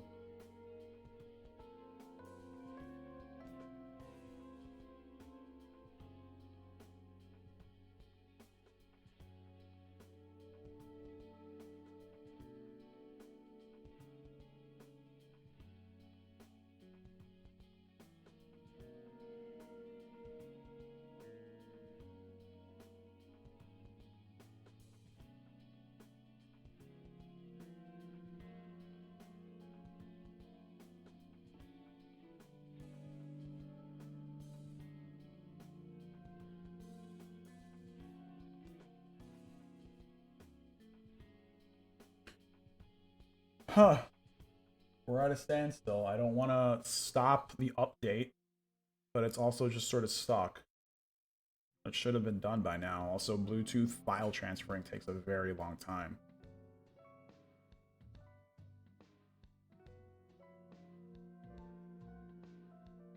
Well, there is that.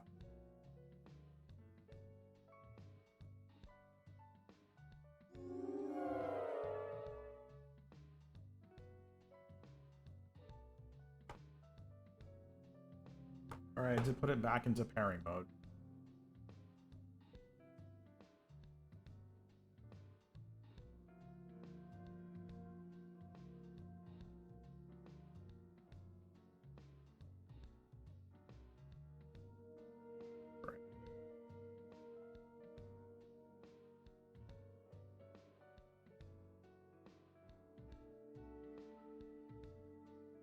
Alright, so it like connects to the server, I just don't know if it does anything else. Which sucks. So here's what we're gonna do. We're gonna open up Firefox. And let me know if the music dies down or anything, because...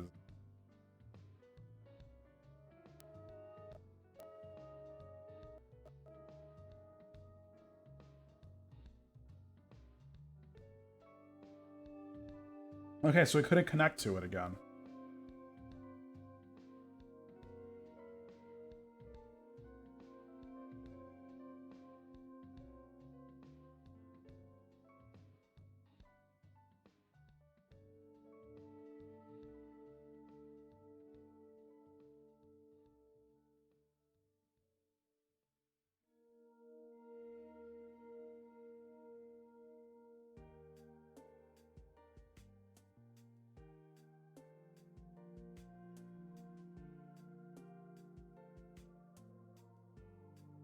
So it's not currently working on my Android phone. This is not great.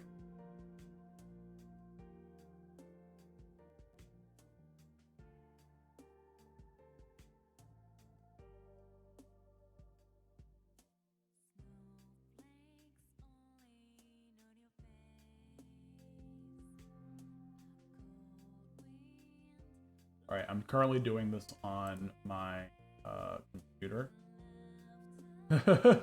Urban Lens says it's Nintendo sabotaging the operation because they want people to buy Nintendo Switch online. To do what? Not play GameCube games?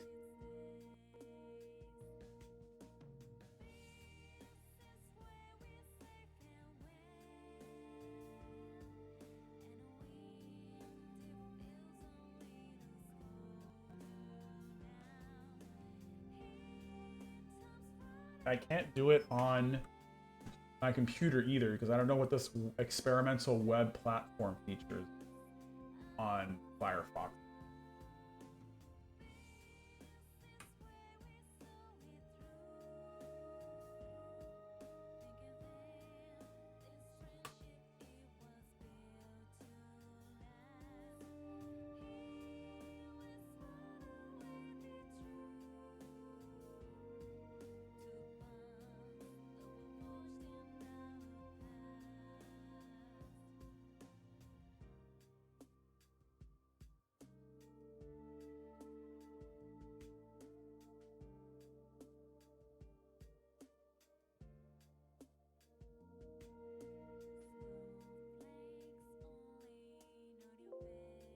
All right, so I don't know how to do this on that. So at this point, I'm surprised they haven't come up with a GameCube collection yet. Maybe too much memory data, too good to be true, or maybe they're going to remake all of the GameCube games because I know that was a golden era for them. It was actually not a golden era for them. GameCube, as good as all of these GameCube games were, they did not sell a lot of GameCubes. So the GameCube is actually something, as much as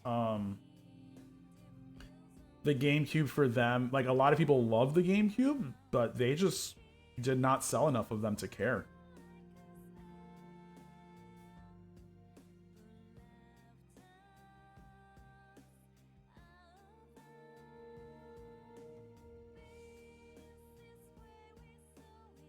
All right.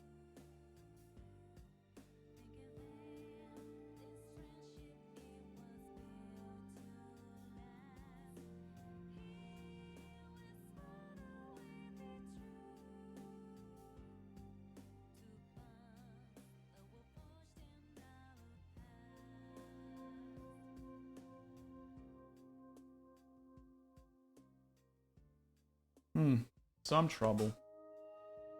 Well, no. So even worse. Back that generation, yes, Sony ate Sega's lunch and completely threw Sega out of there. But the GameCube actually sold less than the Xbox. Surprising. Okay, it's currently in parent mode.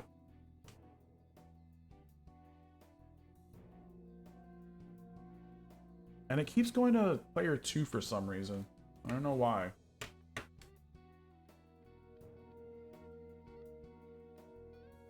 All right, so 2, 3, and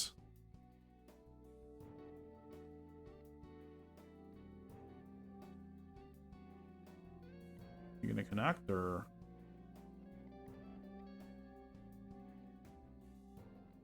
No.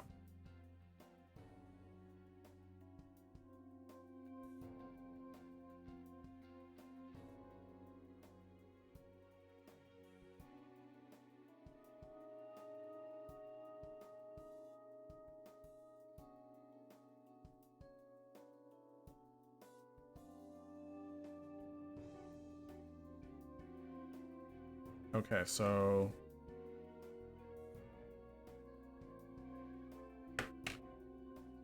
yeah, so the GameCube actually did worse than the Xbox at that point. Like GameCube was third place, so that's why it was very unhappy. Xbox going into the 360 era was actually pretty strong because of initial Xbox sales. So that's weird. Currently, the first player port is not connecting anything to Bluetooth, even though there's nothing trying to connect. Oh, and I should probably follow the instructions for disconnecting control. What's currently plugged in? Okay, the N64 is currently plugged into player 1.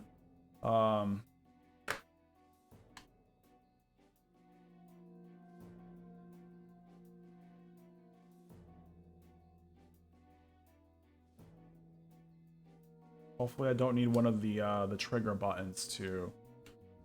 Yeah, and the PS2 definitely are still doing a lot. So this is into player 3. Okay, so once it keeps a controller, it looks like it'll try to keep that controller on it, unless this is 4. So currently 2, 3, and 4 are plugged in. Let's see how to disconnect the controller. And power off the internal mod. Main left trigger, so I'm screwed for the N64 controller, at least. Main right trigger, middle left, face down. Middle left, so it says start, but that's actually the select button.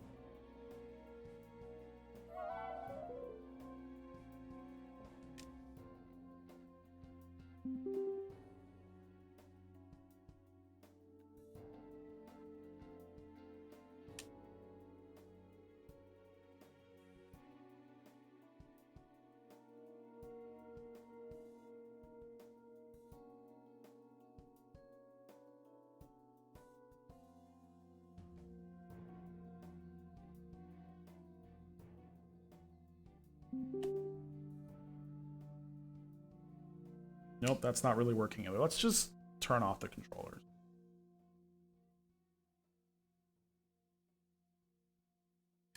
This is turned off. You remember rumors of an Xbox 720 being an Xbox portable? That would have been funny. All right, so this PS2 controller is turned off. And what is this connected to? The GameCube is player 1 again. Let's put this into pairing mode.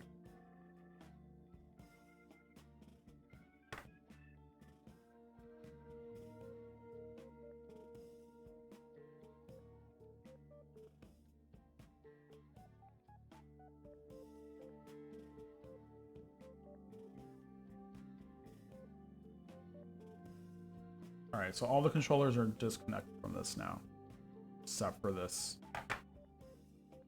N64 controller. Let's see how this plugs in.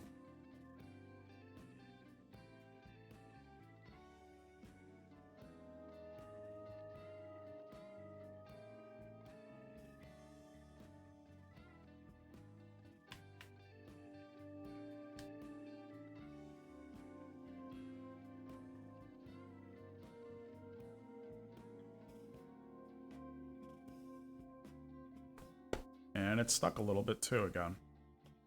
Okay.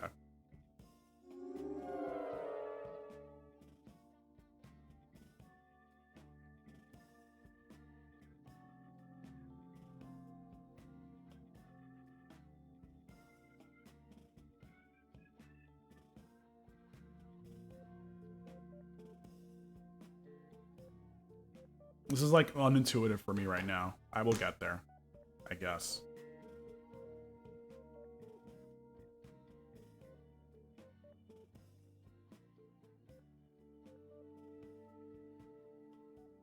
Still, it did do the base thing that I wanted it to do, which is fix the controller port. So there is that. I've fixed the controller port.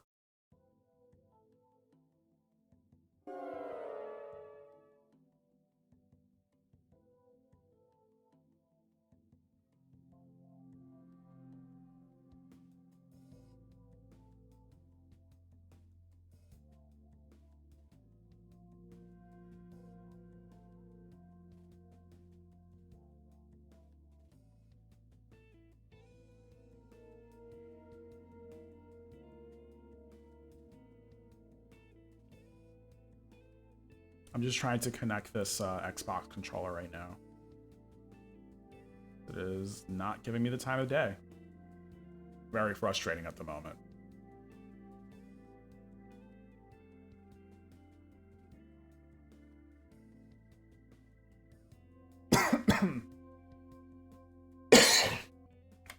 All right. Let's turn this Xbox controller off.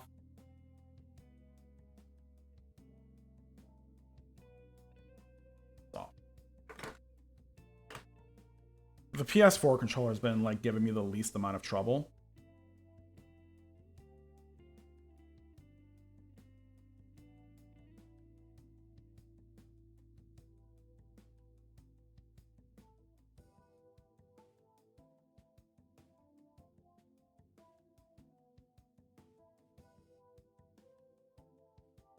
All right, it's in pairing mode now, so it should try to connect to, there it is. Okay. So that works. I may have to give up on the N64 controller bit only because like that was just me messing around. Most of it works. Again, most of it works. It's just unfortunately the one of the buttons is not working well, and I'm having trouble accessing the website to let me actually do that. But basically, as I was trying to prove before, it's blue. So when it's blue, that means it's in player 1. The Dualshock 4 is in player 1. If you want to play with an original controller instead, that's fine. While this is connected, you can always just plug in an original GameCube controller to the port. And once you do that, it switches automatically to player 2. And I can just play that way. Let me see what happens if I try to disconnect it, though. Oh, switches to player 1. That's awesome. Did what I needed it to do. Alright, so like I said, like R brings up the shield, but when I use the N64 controller, R is using this button instead, which is not what I wanted to do. But basically, I can...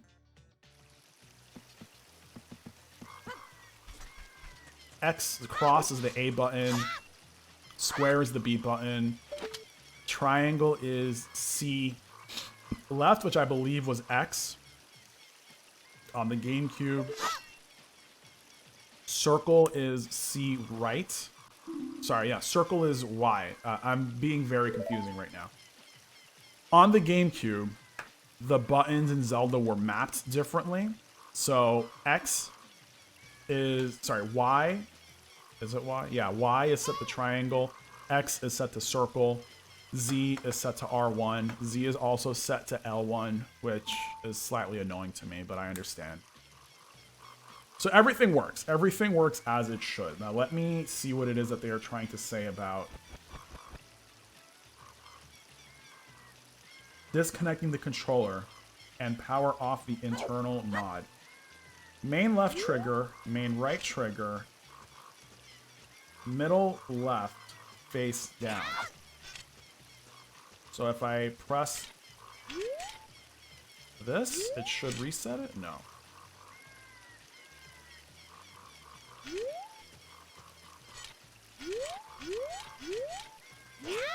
So this is not working.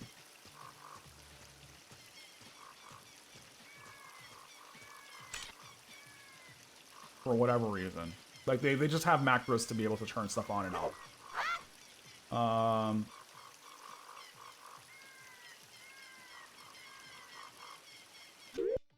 There we go. Okay, so that turns off the GameCube.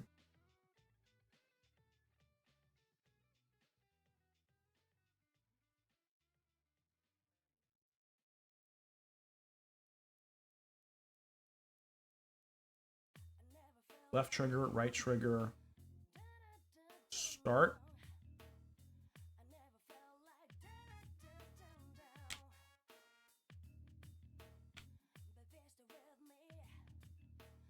Huh.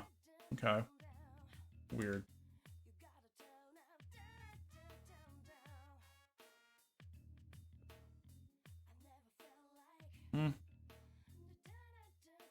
Weird.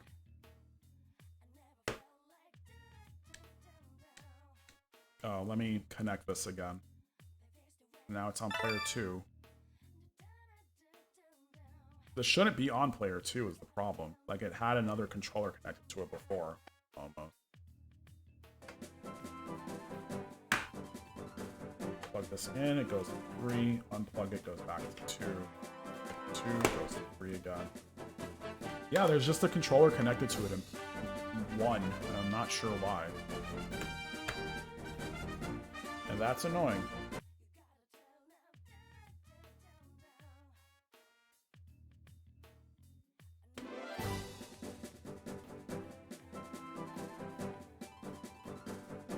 This is still on player 2.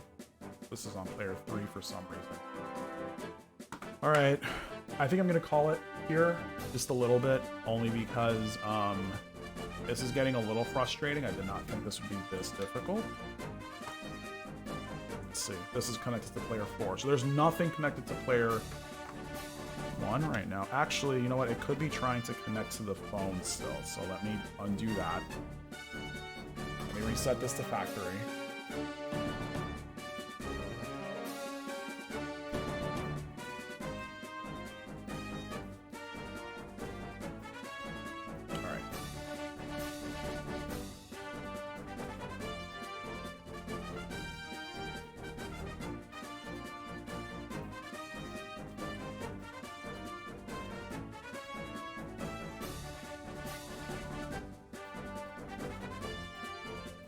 So it still wants to connect the player. Oh, this connects to player 1 automatically. Okay, because it was trying to find it. All right.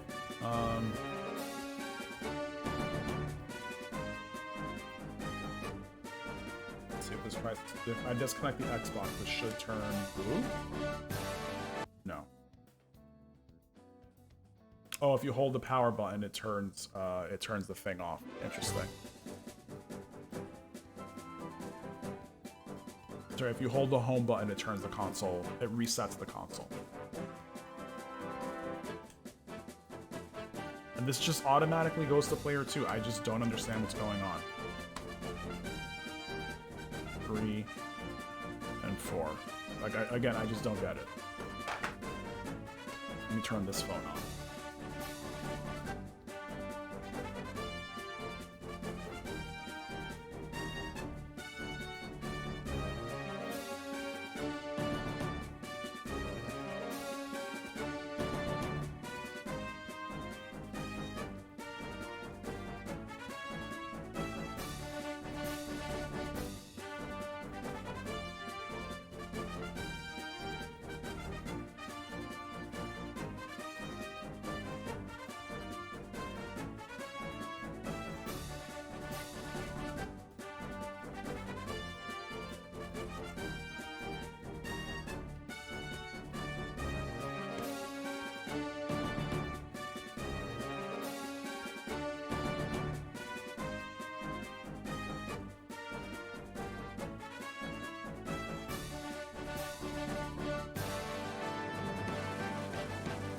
So this is all just incorrect.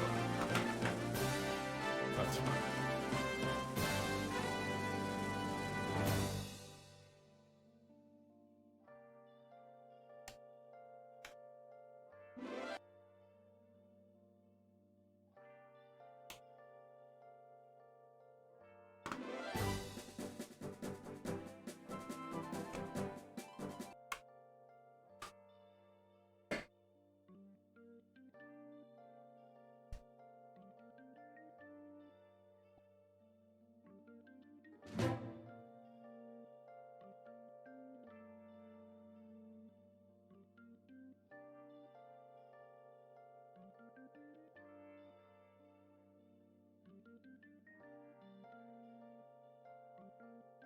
All right, so the PS4 controller is very plainly a no-go because it keeps trying to connect to like different things. So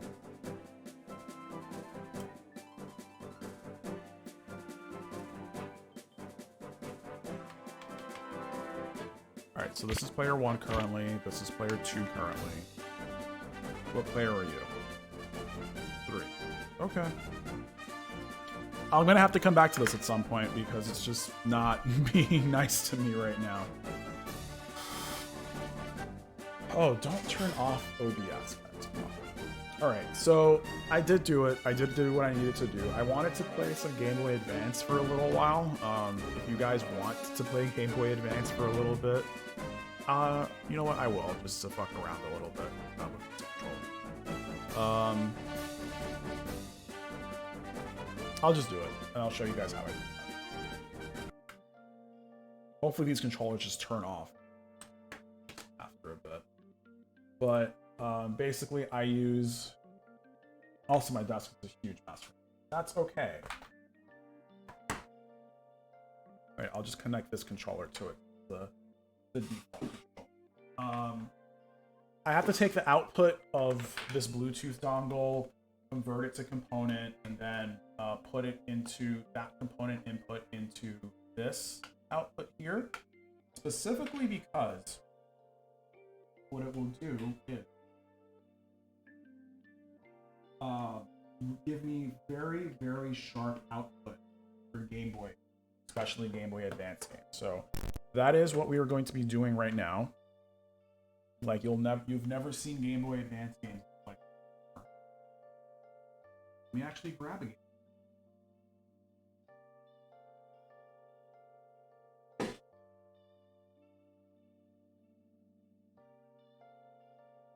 Alright, looks like we are doing Castlevania Circle of the Moon.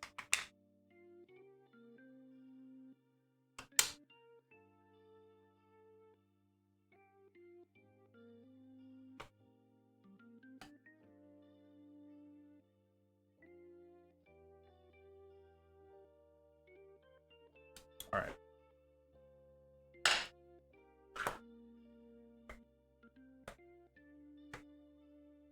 Alright, the GameCube's output should be a little wonky at first, but that's fine. Where did I put this remote for my retro tank?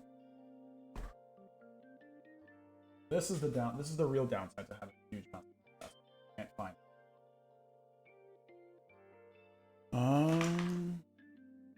I should probably clean up, but I will not do that. But first.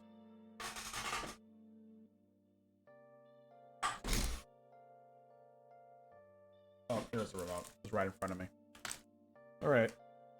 So let's go ahead and turn this camera off. We don't need it anymore. Okay, there that is.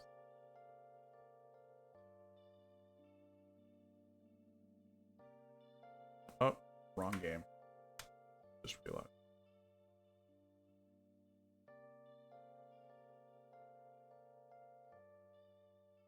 I am still here. I am still here. So as I was mentioning before, if you guys are just tuning in, I am Mr. Morrow Streams. I replaced the front controller panel for my GameCube with one that enables Bluetooth. Sort of given up on it because the functionality is not really working well for me at the moment. Like it does connect, but it's been a weird little learning curve to try to get it to work the way that I want it to. So let me actually just play some GameCube for a little bit and get this where it needs to be. So there's that GameCube logo that you all know and love. Let me find out how to get it to work. Actually, yeah, because I have to do this.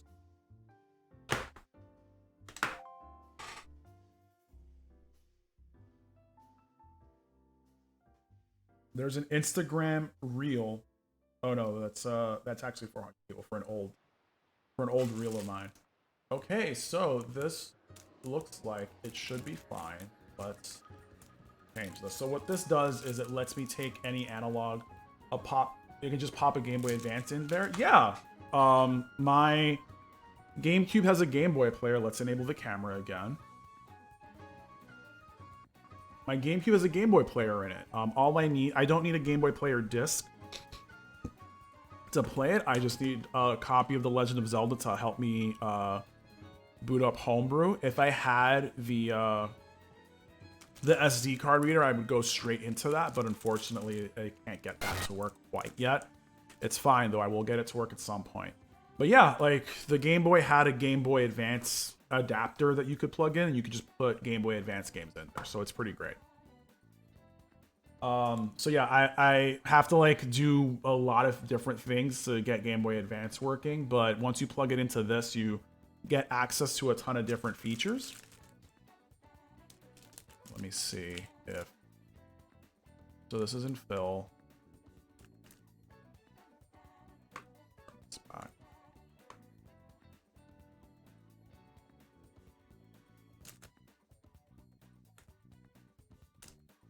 Okay, great.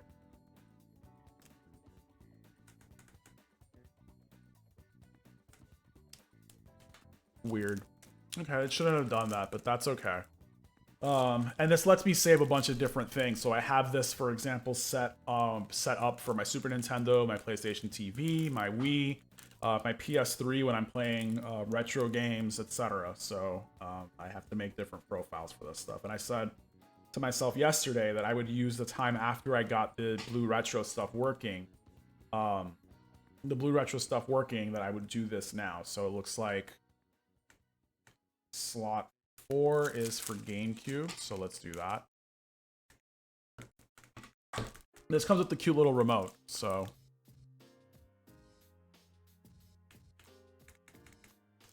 Oh, nope, that's not what I want.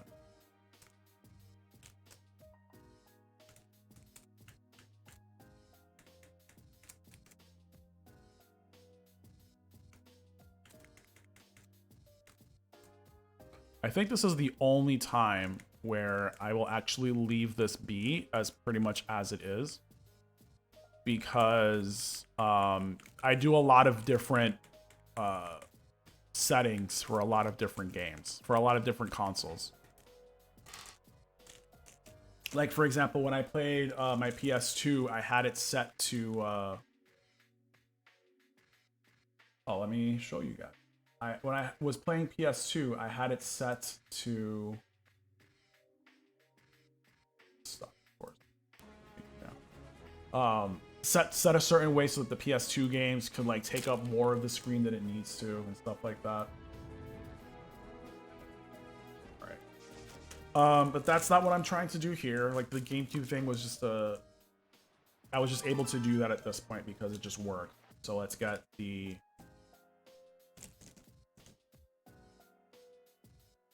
let's try to get the Game Boy player running.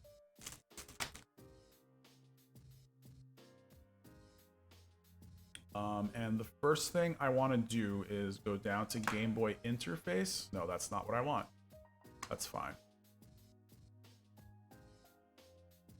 Oh, forgot to plug in this SD card reader for my Game Boy player. So let's try this again.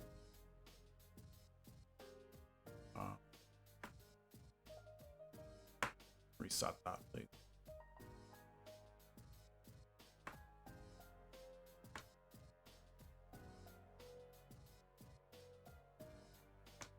Okay, that's done.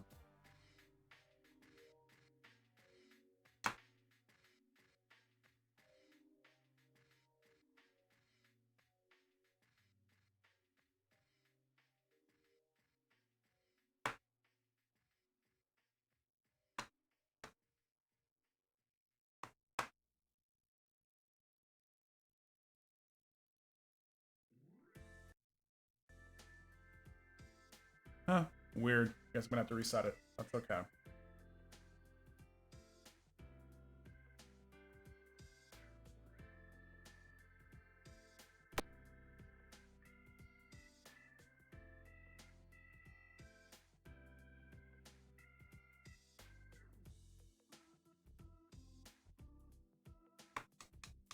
Yes, enable aggressive mode on this.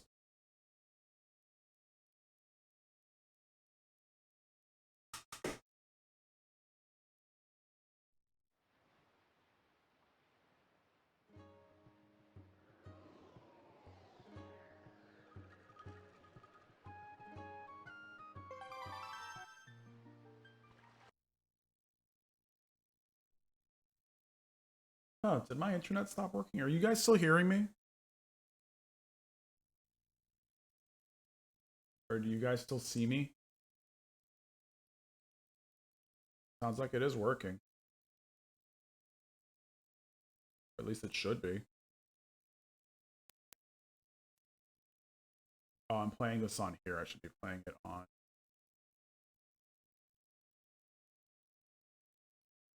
Yeah, I think my PC is disconnected from the internet. This is amazing. That's fine. Don't need to stream anymore.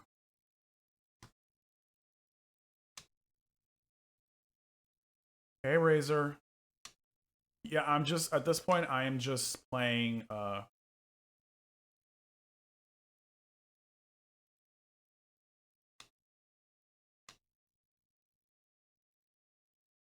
plus OSSC.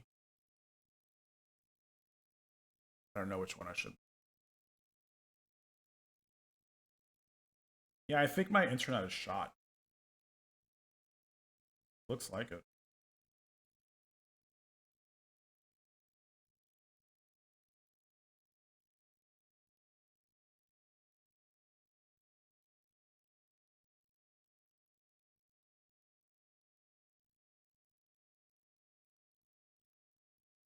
Tank 5X Pro, OSSC, GBI HF, OSSC. So it should be this one.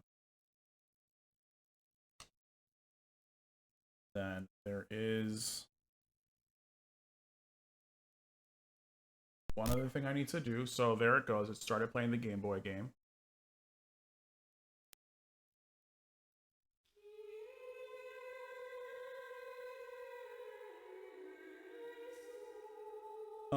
And there is something that I need to do with the retro tank to get that working. So where is that? Game Boy Advance player.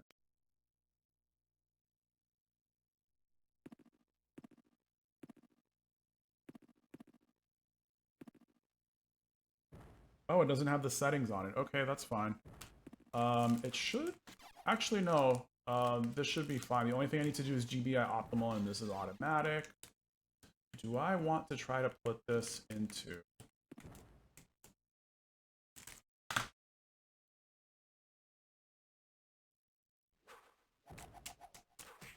Let me see what I want to do. Does this work in 1080p over? Yes, it does.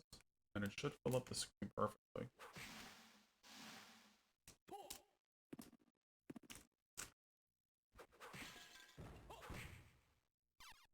No, it should actually fill up the screen perfectly. 360 times 4? No. Something.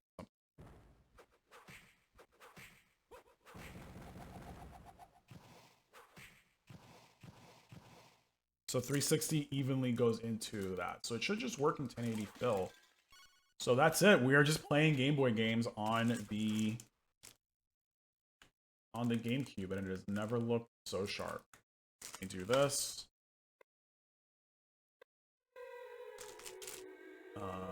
Anything else here? No.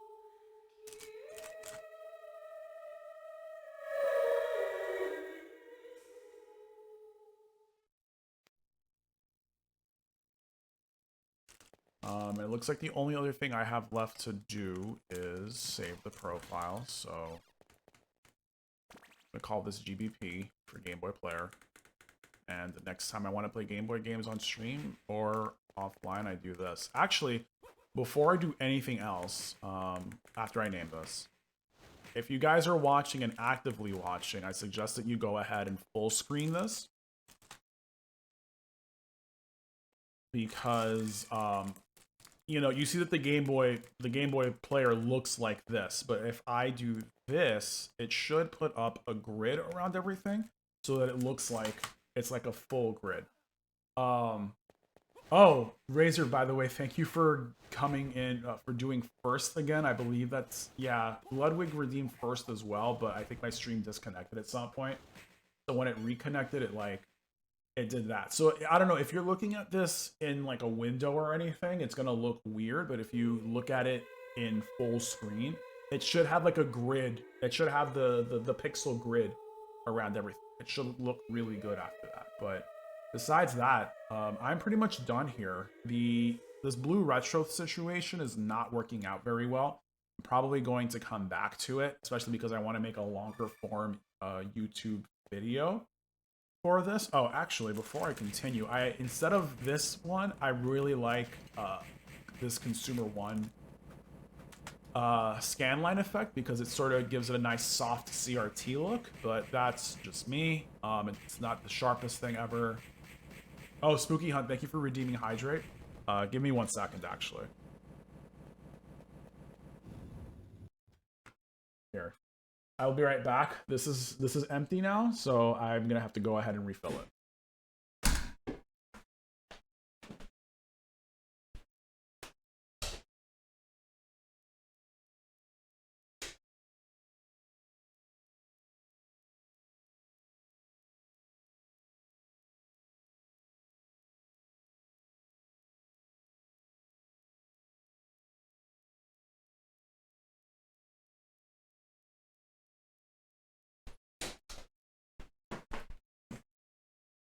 All right, here is the water. Spooky, thanks a lot for the hydrate. Guys, thank you all so much for coming tonight. If you missed the beginning of it and want to see me install this Blueretro adapter, please go ahead and catch my YouTube tomorrow. I'm going to go ahead and upload this straight to my YouTube channel once I'm finished here. Like tomorrow I'll be doing that. And unfortunately, the Bluetooth portion of it, so one of the reasons I wanted to replace the adapter to begin with is, one, the clock kept asking me to reset it, and then two, my arcade stick did not work in controller port 1 previously, so definitely wanted to get those replaced. Both of those issues are fixed completely, so far it's been worth the money that I spent on it. However, I have been trying to get the Bluetooth stuff working on it, and it just doesn't seem to want to work. So I don't know why that is.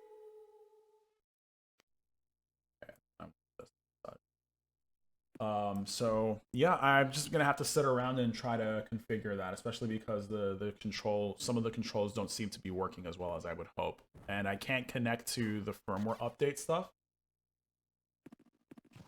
yet, but I will get there. Otherwise, guys, like I said, if you want to follow me in other places, please follow me on social media everywhere: YouTube, Instagram, TikTok. I put up different stuff. So yeah, you can catch me there.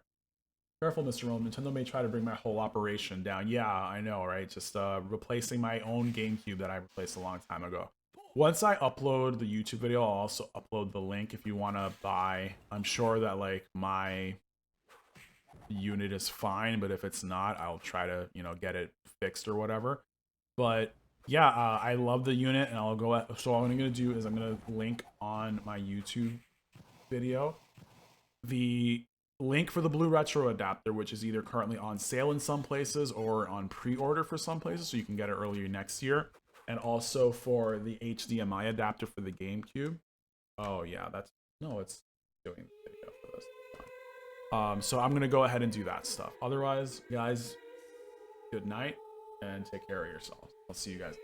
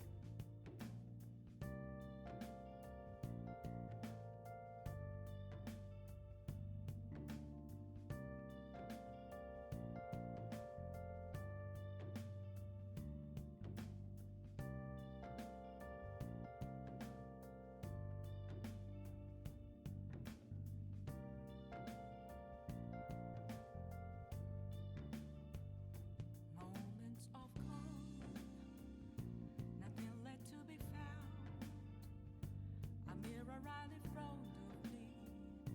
That's where I found an empty glass, reflecting that's a truth.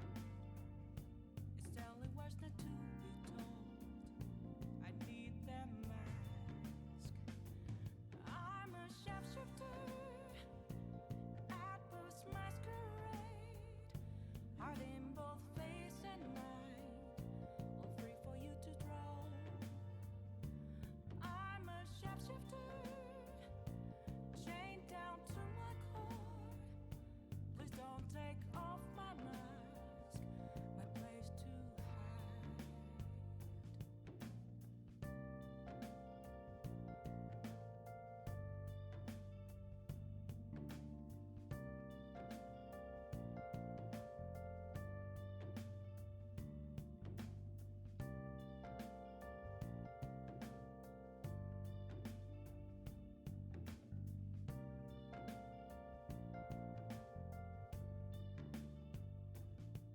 I can't tell you how to see me, just a cage of bones. There's nothing inside.